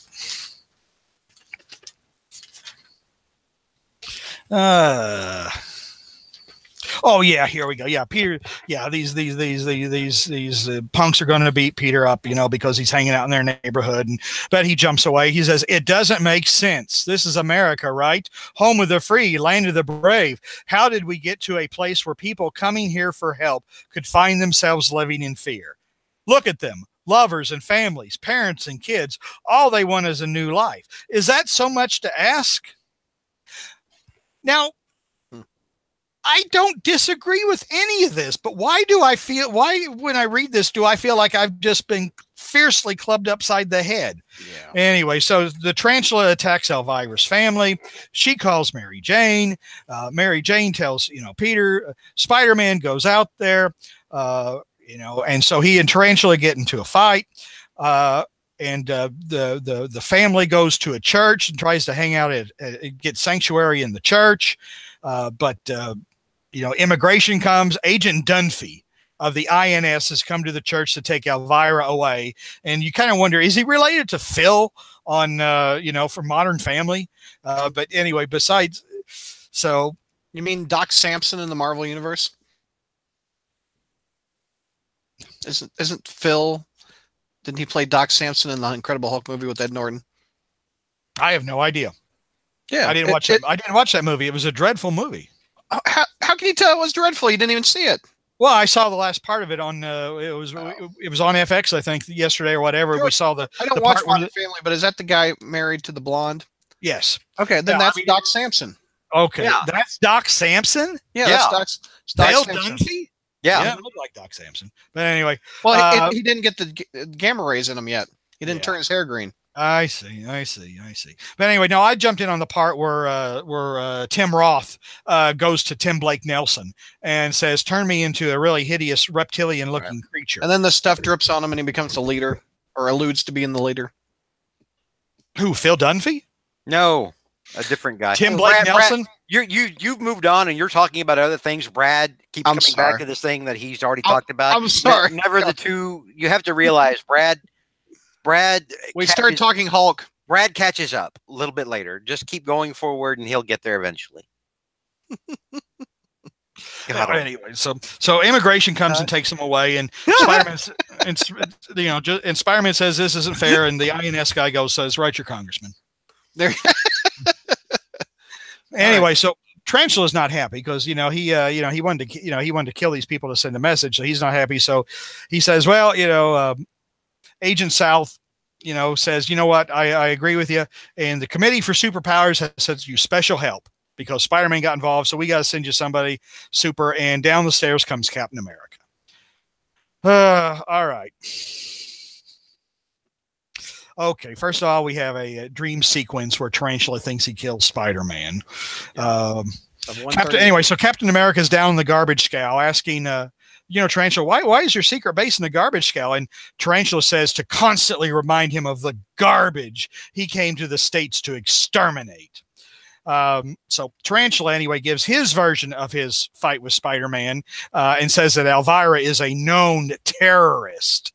Of course, Johnny Walker here. I mean, Johnny Walker's no dummy, right? He says that doesn't quite seem right, but my government right or wrong right now.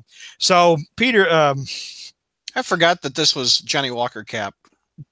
So Peter and MJ, are at the immigration office trying to see if they can help Elvira, and of course, the immigration lawyer says, well, since she can't prove she was continuously living in the country since 1981, she'll likely have to be deported.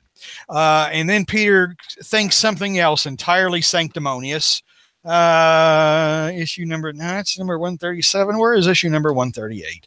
Hang on here. 138. I always gotta get these quotes right here. Yeah, blah blah blah blah blah. Oh, okay. Okay, here we go. Anyway, so Peter's worried about these people, and he says the lawyer told Ben Urich and myself how some illegals are too frightened to apply for amnesty, afraid they'll be separated from their families. And she said there were shyster lawyers that prey on them, making promises they can't keep for a hefty fee. But the reality didn't help home until your friend phoned in. And as Spider-Man, I could save her from La Tarantula and his goon squad, but all my power couldn't rescue her from the wheels of justice. Give me your tired, your poor, your huddled masses yearning to breathe free, but only if they've been here since 1981. Who thinks this stuff? Who is this? Thinks these? Even if you agree, who is able to string this kind of sanctimoniousness together? Anyway, very, very heavy-handed, huh? Well, I think so. Yeah. Again, like I said, I don't disagree. But it's one of those things where you just don't feel like you're hearing the character speak with the character's voice. Do you feel the Conway of the 90s is a little bit, or 80s, late 80s, a little bit different than the late 70s Conway? Well, no, the late 70s Conway was pretty squirrely too. Yeah. Because if you remember the Marvel team-up issue, where the looter was, and he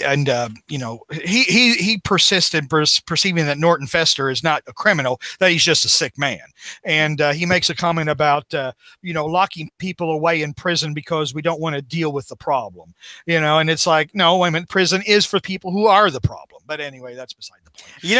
It's funny while we're talking this, and I'm sitting here listening to all this, and I'm thinking, as woke as Conway was, and as woke as Slott is, like 24/7. If my Spider-Man writer must be woke, by God, please give me Conway. Please give me Jerry Conway. I've always liked Conway stuff. I've always liked Conway. I mean, he is he is heavy-handed with the politics sometimes, but not half as bad as Slott is. Yeah. Well, this and ultimately there's more of this stuff that goes on. But Spider-Man is lured into a trap. Someone's faking Elvira's voice, calling for help, and so Spider-Man goes. He knows it's a trap. So anyway, he and Tarantula are fighting, and Johnny Walker, Captain America, is just standing there watching. Just blah blah blah blah blah, and so how would the original Captain America have dealt with this situation? Because to be honest, Tarantula seems like a pretty skeevy guy, I mean, and so I'm just watching him try to kill Spider-Man, and then finally, let's see here, he loses a boot. Yeah. Tarantula, let's see. Cap begins having second thoughts, blah, blah, blah. Spider-Man gets his foot caught in the railway track. That's right. There you go. Loses the boot. Right. Yeah, and Tarantula's going to mow him down on he says, I'm not going to kill you. I'm just going to mow you down on this cart or whatever that you usually see in cartoons. And I'm going to run over you and I'm going to cripple you for life. But then Spider-Man, slips out of his boot, slams Tarantula, who falls on the railway track and breaks his knee. Tarantula then hollers for Captain America, who just stands there, and then he leaves. Yeah. So thanks a lot, Johnny Walker. Thanks, Johnny Walker. Johnny Walker. So not only do you help the guy that your government wanted you to, or your rogue government agents wanted you to help, but you don't help the other guy either. You just stand there, So then, he goes back to Agent South on the garbage scow, and Agent South says, Spider-Man just turned over Tarantula to the INS as an illegal, and where were you? And Cap says, I learned out that you're a rogue agent with no legal authority. And then, so South gets, berates him for being, and Cap knocks him out and leaves him unconscious on the garbage heap. All right. finally, Peter and MJ are watching Elvira board a plane along with her family, you know, and because of publicity, Peter says that they're going to be safe from reprisals, and they'll probably eventually receive political refugee status. Tarantula is escorted out to a plane to be deported as well. Peter says sometimes you have to relish the small victories, and Mary Jane says it's the small defeats that break her heart. But that's not it. That's not all, because we have a little panel that repeats the mantra. Give me your tired, your poor, your huddled masses yearning to breathe free, the wretched refuse of your teeming shore. Send these, the homeless tempest toast to me. I light my lamp beside the golden door, the new Colossus, inscription for the Statue of Liberty, New York Harbor. And that concludes another episode of Jerry Conway, Social Justice Warrior. Like I said, I don't disagree with any of it. But just the heavy-handedness of it. It's just one of those things that you just, like I said, you feel you've been smacked upside the head, and you just get the feeling that even the characters are not speaking as they normally would. That they're speaking they're speaking in somebody else's voices and not their own. That's my biggest problem with this. Pop culture has always reflected political events. It's always been used to comment on things. But I prefer, though, that if you're going to have the characters speak, that they speak with their own voices, and not yours, the writers. And JR, since you bring that up, and this, I've been thinking about this while you've been talking. And again, Conway, don't misunderstand me. Conway is one of my favorite Spider-Man writers of all time. I've always liked his Spider-Man, even when he's heavy-handed with politics.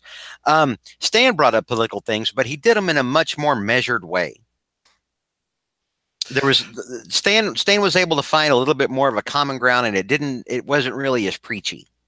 Well, he did have Peter once commenting on Vietnam being a war that nobody wanted, which is a little bit but that was unusual. Stan I don't think was usually quite that direct. He wasn't. I mean, the only thing what he was doing a lot of the times, I guess he was probably a lot harder on it behind the scenes, like when he wouldn't let Ditko have Spider-Man call like say dirty hippies at protesters. That one time. Yeah, well, and too, Ditko was kind of going off the rails with all this Ayn Rand stuff. I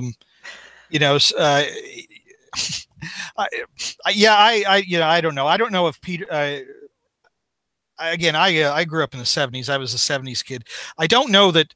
I don't know that Peter would have called a lot of people his own age at that time dirty hippies. No, he wouldn't have. It was a good call, but I mean, at the same time, I'm like, Well, I mean, I think Ditko was like I said, Ditko was going off the rails. I mean, it's funny too because I just watched the actually I saw the Watchmen movie for the first time recently. Oh yeah, I'd never seen the Watchmen. Like 10 years old at this point. Yeah, I'd never seen the Watchmen movie. Did you like all the blue dong? Whoa. I'm going to have to ask my wife about that. I wasn't noticing anybody. I was more distracted by Malin Ackerman, but that's kind of, but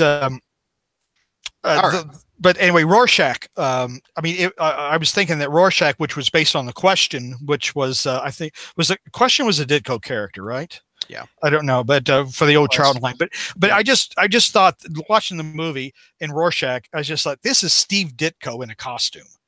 This is exactly the kind of hero / person that Steve Ditko would be, who sees things only in black and white, who sees things only one way, and can't compromise to save his soul. So who makes allowances for nothing. We have one more issue for May, and it's a fun one. Yes, I didn't realize that it came out the same month as 300. Yes. And our own Dark Mark has covered this issue in Cobwebs 23, where it's called Drunk Spidey. And I remember laughing pretty hard at this one. This one's a really fun one. Well, how old were you at this time, Brad? 88, 13. Okay. Well, that probably explains it. I was a teenage Brad getting this. I got this one in the mail in one of those brown wrap paper bags that they used to mail Marvel comics in and Playboys. Mm-hmm. I had a Marvel subscription at the time. I remember that. I remember the way they came, and because that was my Christmas present one year. My mother bought me a subscription to Amazing Spider-Man because back in believe it or not, kids, there weren't comic specialty shops in a lot of places back in those days. No, you had to hope to go down to the 7-Eleven and find Amazing Spider-Man on that rack, and you would go a couple months without getting it. There was one place, though, called the Book Broker in Evansville, Indiana, that I always remember fondly, and it's still open, by the way. Have you been there recently? Oh yeah. I went to visit my mother over Christmas, and so I hit the Book Broker, and I hit Comic Quest in Evansville, Indiana, which, strangely enough, for Evansville, Indiana, is one of the largest and comic shops and gaming and memorabilia and things of that nature. So we should install Facebook on your smartphone and have you go live on the crawl space as you go comic shopping. I think that would be fun. Well, it's funny because I've been to comic shops all over the country. Because I have to travel a bit on my job, and like I said, I've been to both Midtown locations. That'd be cool. I've been to the what's the one in Colorado? Gosh, damn it. Mile High Comics. Mile High. I have been to the Mile High warehouse. In fact, that's where I bought one of my Green Goblin chess pieces. My first subscription program that I used back in middle school was through Mile High. It was called Nice. I had it for a little bit too. New issue comic subscription. And they sent you like that yellow invoice. Yeah. Yeah. What did Nice stand for? New issue C comics E. Experience. Something like that, yeah. Okay, Spider-Man's drunk. Fabian and Alex Savick. This is an okay issue. This is a fun issue. It's just a one-parter, and even though it stars the lame Hobgoblin, the Macadale version. Okay, number one, this is another thing we've already covered on Friday Night Fights. It's like JR just kind of already, it's like following in ground we've already tread, and ground we've broken already. Well, George, you bring up a good point, because I think you're right. I think in a way I have kind of followed your footsteps, because I figured that you failed to dig beneath the surface of these stories. You only give people a superficial overview, and so I feel I have to come in after you and give people the rest of the story. JR's cleanup for George. Yes, that's a word. We can call it that, sure. Spider-Man cleanup with JR. you folks, would you believe that George and I have known each other for 18 years? Wow. That's true. That's true. Yeah. I've known you all for what, 12? Actually, Neil, it's funny, Neil, who is in chat right now, our own Neil Bogenreiter, one of the reviewers on the site, and somebody who plays in my online D&D game, our very own Neil. JR, he is 18. You and I have known one another for as long as there has been a Neil. Oh, wow. Oh, heavens. Oh, so in other words, it was Neil's fragile sensibilities you were trying to protect last night, Brad? No, because I said the word P-U-S-S-Y. Actually, I was just trying to be gainfully employed. Wait a minute. If I say a dirty word or something, you lose your job? Is that it? I wouldn't want to risk it. Well, I didn't realize that those were the stakes. But okay. This is why I've changed to saying things like effing. Yeah. Oh. I did not realize that was what we were trying to avoid. So I will. I will try. I'm already unemployed now, George. I'm just kidding. Hang on. I will turn over a new leaf then.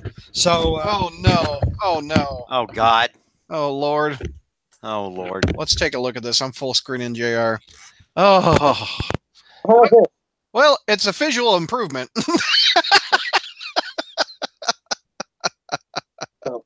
Whenever I wear this, then I'll know that I need to talk in without profanity or anything of that nature. Well, but we can't hear your audio or anything. Audio's awful. Yeah. There you go. You need some prune juice? Are you all right? You gonna be able to get this out or whatever? I just have to plug my jack back in. Oh, Whoa. wow. All righty. Crawl Space After Dark. Hit the medical alert bracelet. Okay. Are we ready to go? I can't hear you. We can't hear you at all. Jack's, Sound there's like no you're- microphone. It sounds like you're far away. Keep talking. You can't hear me at all? We can hear you now. It's low. Okay, hang on a second. There, I that's can- better. yeah, There you're it is. fine now. You're fine now. Okay. Mike wants to know how your back is, by the way. Oh, my back? Yeah. Hey, you know, I'm in decent shape, guys. I could do the I can do the Jennifer Lopez. You know, I mean, come on. I mean, look at this hunk of man here. I mean, I can handle those exercises. Oh my God. I'm out. Yeah. You know. Okay. Spider-Man's drunk, and so is JR. Let's get to the book. We're going to wrap this episode up. All right. We start out with Web 48, right? no, Web 38. 38, sorry. Web 38. We start out with the Hobgoblin, which is the lame Macendale version, attacking the Kingpin's office because he meets the Kingpin's lackey, the Arranger.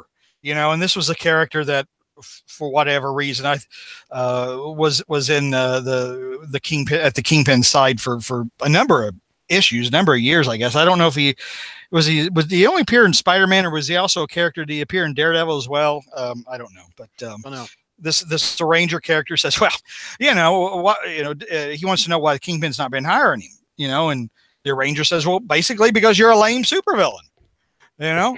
You're like, you know, you arranged for someone, you stole somebody's name, you stole somebody's weapon, you arranged to have him killed, you know, and you expect us to respect you? No way. But you know what? If you go and kill somebody like Spider-Man, the Arranger says, you know, the Kingpin might change his opinion. But you know, that's kind of funny because I think the Kingpin. I don't think the Kingpin would want the Arranger ordering a hit. That's right. I think the Kingpin may have said something about that once before, or told the Arranger he didn't want him arranging a hit on Spider-Man because that's something he wanted to do. Either he wanted to do personally or because Spider-Man was serving his objectives. But anyway, Tombstone. I think the times when Kingpin said no because him being out there right now suiting my needs means I can't do jack to this guy. So I'm just going to sort of play like I want him alive right now. Well, you know, like I've always said, particularly after that thumping that he got during Black and Black, frankly, the Kingpin should shiver in his little pink booties whenever Spider-Man. I mean, the only reason he is alive is because Spider-Man chose not to kill him that very moment. Well, does the Kingpin even remember? Because Aunt May didn't die. Yeah. Well, I also think back to when the Kingpin messed with Daredevil and Spider-Man went after him in his own office. Mm-hmm. You know, I mean, all they did was like web him down, you know, like web his britches down to the chair. But I mean, even then, you know, it was like Kingpin didn't get the message, and he says, "Okay, well, I'll just try to have your aunt killed." Oh, okay, that's how we're gonna? That's what kind of neighbors we're gonna be now. Okay. So. Anyway, the Arranger says, you know, well, if you kill Spider-Man, you know, maybe the Kingpin will change his mind. And Tombstone comes in, you know, and throws Macendale off the building. So that's how lame a villain Macendale is. But here's the real fun part of the story is this is the going away party. Remember earlier we had Peter and Mary Jane moving in to Bedford Towers and having a party celebrating the moving in. This issue is the party in the old Chelsea apartment of them moving out. Yeah. You know, which, by the way, you know, that's why a Billy Joel song plays in the background during this entire time. Yep. And we have Mandy, Candy, and Bambi. We have Candy, Randy, Bambi. We have Mrs. Muggins. We have a mysterious old man who's hiding from Mrs. Muggins, who will learn his identity later in the you know, and he's this dirty old man is flirting with all the girls. J. Jonah Jameson is even there, and Jonah has a pretty decent line. Says, you know, Peter is more than an employee. I think of him as a son. And then Marla Madison says, well, why don't you pay him more? And Jonah says, because relatives work cheap, you know, which is typical Jonah. And also Spuds McKenzie appears at this party as well. And as I don't know, some of you on the YouTube channel remember Spuds McKenzie. because you're young, particularly Neil, apparently. Who Neil does not. My God. I mean, Neil, I mean, I'm trying to think, you weren't even, I don't even want to think about it. You know, even to your embryonic time even. So, anyway, so Spuds was a dog, was a pit bull terrier, I think. Bud Light.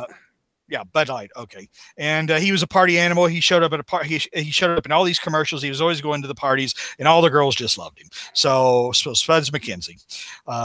He was a super party animal. That's right. That's right. Well, anyway, so Peter is well, not only is this weird old man trying to flirt with all the girls and hide from Mrs. Muggins, but for some reason, Peter has all of Mary Jane's friends hitting on him. Which it's like, you know, with friends like these, Mary Jane. But you know, Peter's not, you know, one thing about, and the thing I always liked about the Peter and Mary Jane dynamic is that ultimately Peter is just not very comfortable in large groups of people. He's never had a lot of friends. You know, he's never really felt like he belonged anywhere. He's always felt like an outsider. Whereas Mary Jane, you know, grew up cultivating relationships, because that's how she, you know, that's how she got away from home, was, you know, she went and cultivated all these relationships and these social situations. So she navigates this expertly, whereas Peter is just lost. It's like, oh my God, what am I going to do? And that was always what I liked about, one thing I always liked about this relationship, you know, like George always is fond of saying, you know, how about how Marvel, you know, force the marriage and force the relationship on him. You're like, no.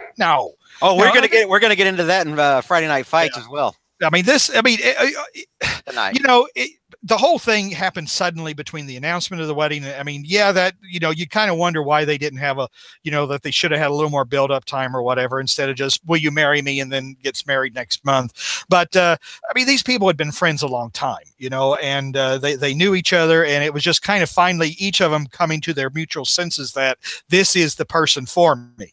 You know, this is the best friend I'm ever going to have.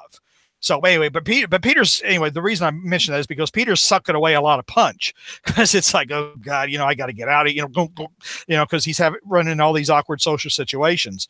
Well, then oh yeah, it's more music. Let's see, blah, blah, blah, blah, blah. Hey, Pete, blah, blah, story happens, blah, blah. Fight. Yeah. So I'm trying to think of why Peter goes. He gets a message. Okay, Harry calls him because they're stuck in traffic. They're outside. Oh, okay, yeah. We're stuck outside the Lincoln Tunnel because the Hobgoblin is causing problems on the New York side of the river, on the side of the Lincoln Tunnel. So Peter changes to Spider-Man, but he finds his timing is a little bit off. And he starts slurring his words when he meets the Hobgoblin. You know, just toying with you, hobby. They couldn't hurt. And he's missing him with his webbing. And the Hobgoblin says, "Are you drunk?" And Spider-Man, you know, Spider-Man's starting to get his clock cleaned because he's pretty careless, you know.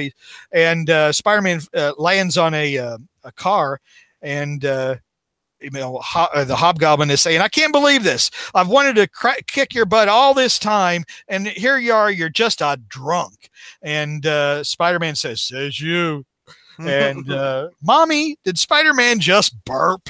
You know, it's like he probably did more than that too, kid. But anyway, so eventually, you know, even though he's and I really, to be honest, never really understood why Spider-Man got drunk so quickly, because I would think that somebody who's super powered, who's he has absolutely no tolerance to it.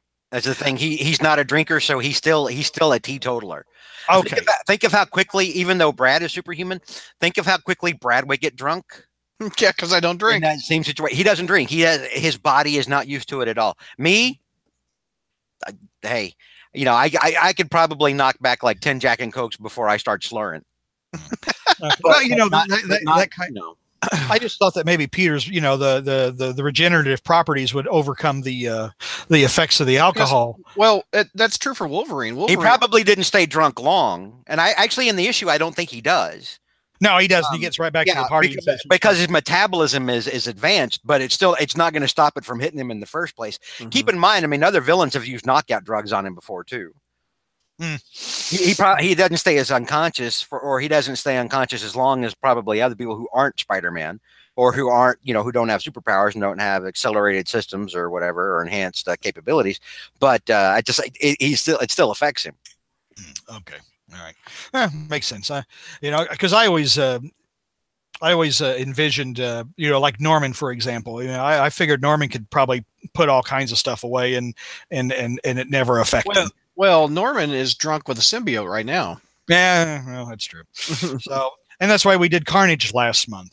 Anyway, during this fight with the Hobgoblin's cybernetic the controls over that he's got in his head or whatever, and his hood controls over the glider short out, and he goes flying away. Spider-Man runs back to the party, furious. Who spiked the punch? And it turned out that the little old man did, this little pervy old man. And it turns out that this is actually Mr. Muggins. Yeah. Barney, who has been referred to since Amazing Spider-Man 139, I believe. I believe she mentioned that was Mrs. Muggins' debut, and I believe she mentioned Barney. But she's referred to Barney all these years, and we have never seen him. This time we see Barney. And is this the last time I think we ever see the Muggins again? I believe this is the last time. 1988. Yeah, and Mrs. Muggins is pretty upset for a lot of reasons, including the fact that there's a drinking dog there, because she says, "Why is that dog here? Why is it got a beer in its paw?" Of course, that's Spuds. But so Mrs. Muggins comes in, finds Barney, raises all kinds of hell and tells Peter that, I won't miss you, and good riddance to you. So Peter kisses her on the lips and says, you know what, but I'm definitely going to miss you, and returns to the party, and everybody keeps boogieing. So, and that is Web of Spider-Man number 38. I like that issue a lot. Did you like it? It was okay. I mean, it was okay. I mean, it was the superhero / supervillain fight was secondary, and it was a good Peter Parker issue. Hornacek, I don't think Slott ever brought back Mrs. Muggins. I don't think anybody's brought back Mrs. Muggins. I don't think so either. I kept thinking Mrs. Muggins died at some point, and they referenced it. No, I could be wrong, but it seemed like I don't know why I think that.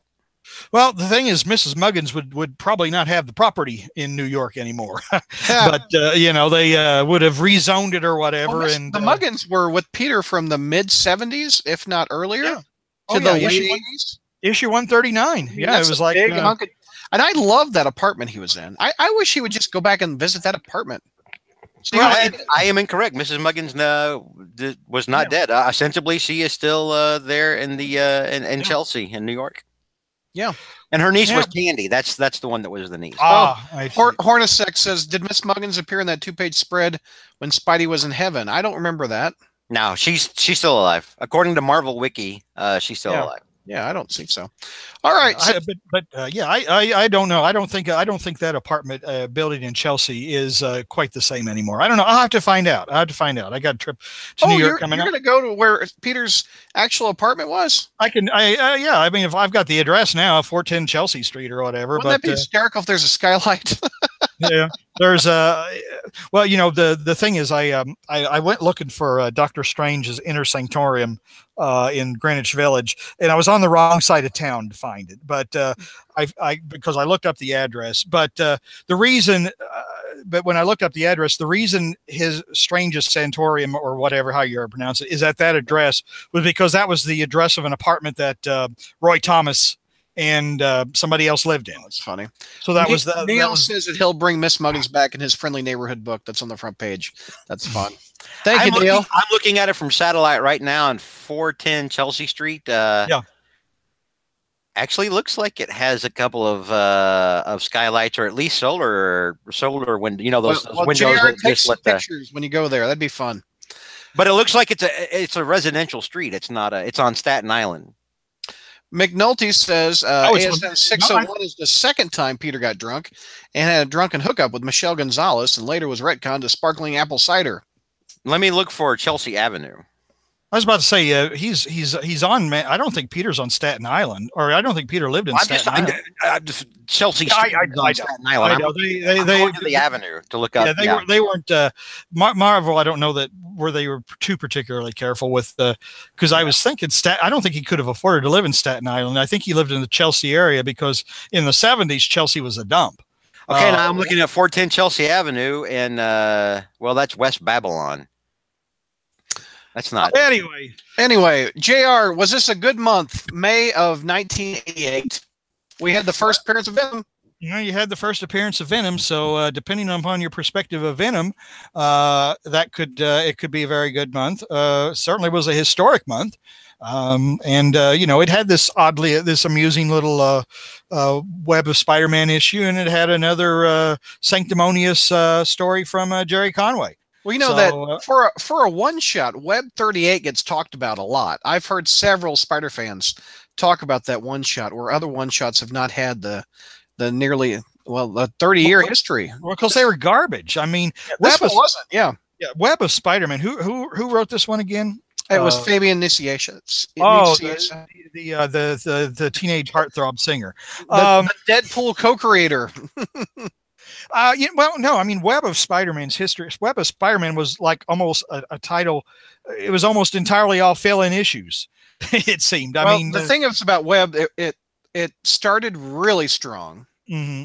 And it had a couple good one-shots, like the Nightmare Peter David Hulk one, issue 7, I think. Yeah, Peter David, like he did a little tour duty. Michelini did a little tour duty. The Jerry Conway did. Yeah, but for a long time, I mean, it was just like almost like it was like fill in hell. I mean, it was like every issue was a one shot written by somebody who didn't normally write Spider-Man. And it also was like part 1 of a story during the 90s because Web came out first. Anyway,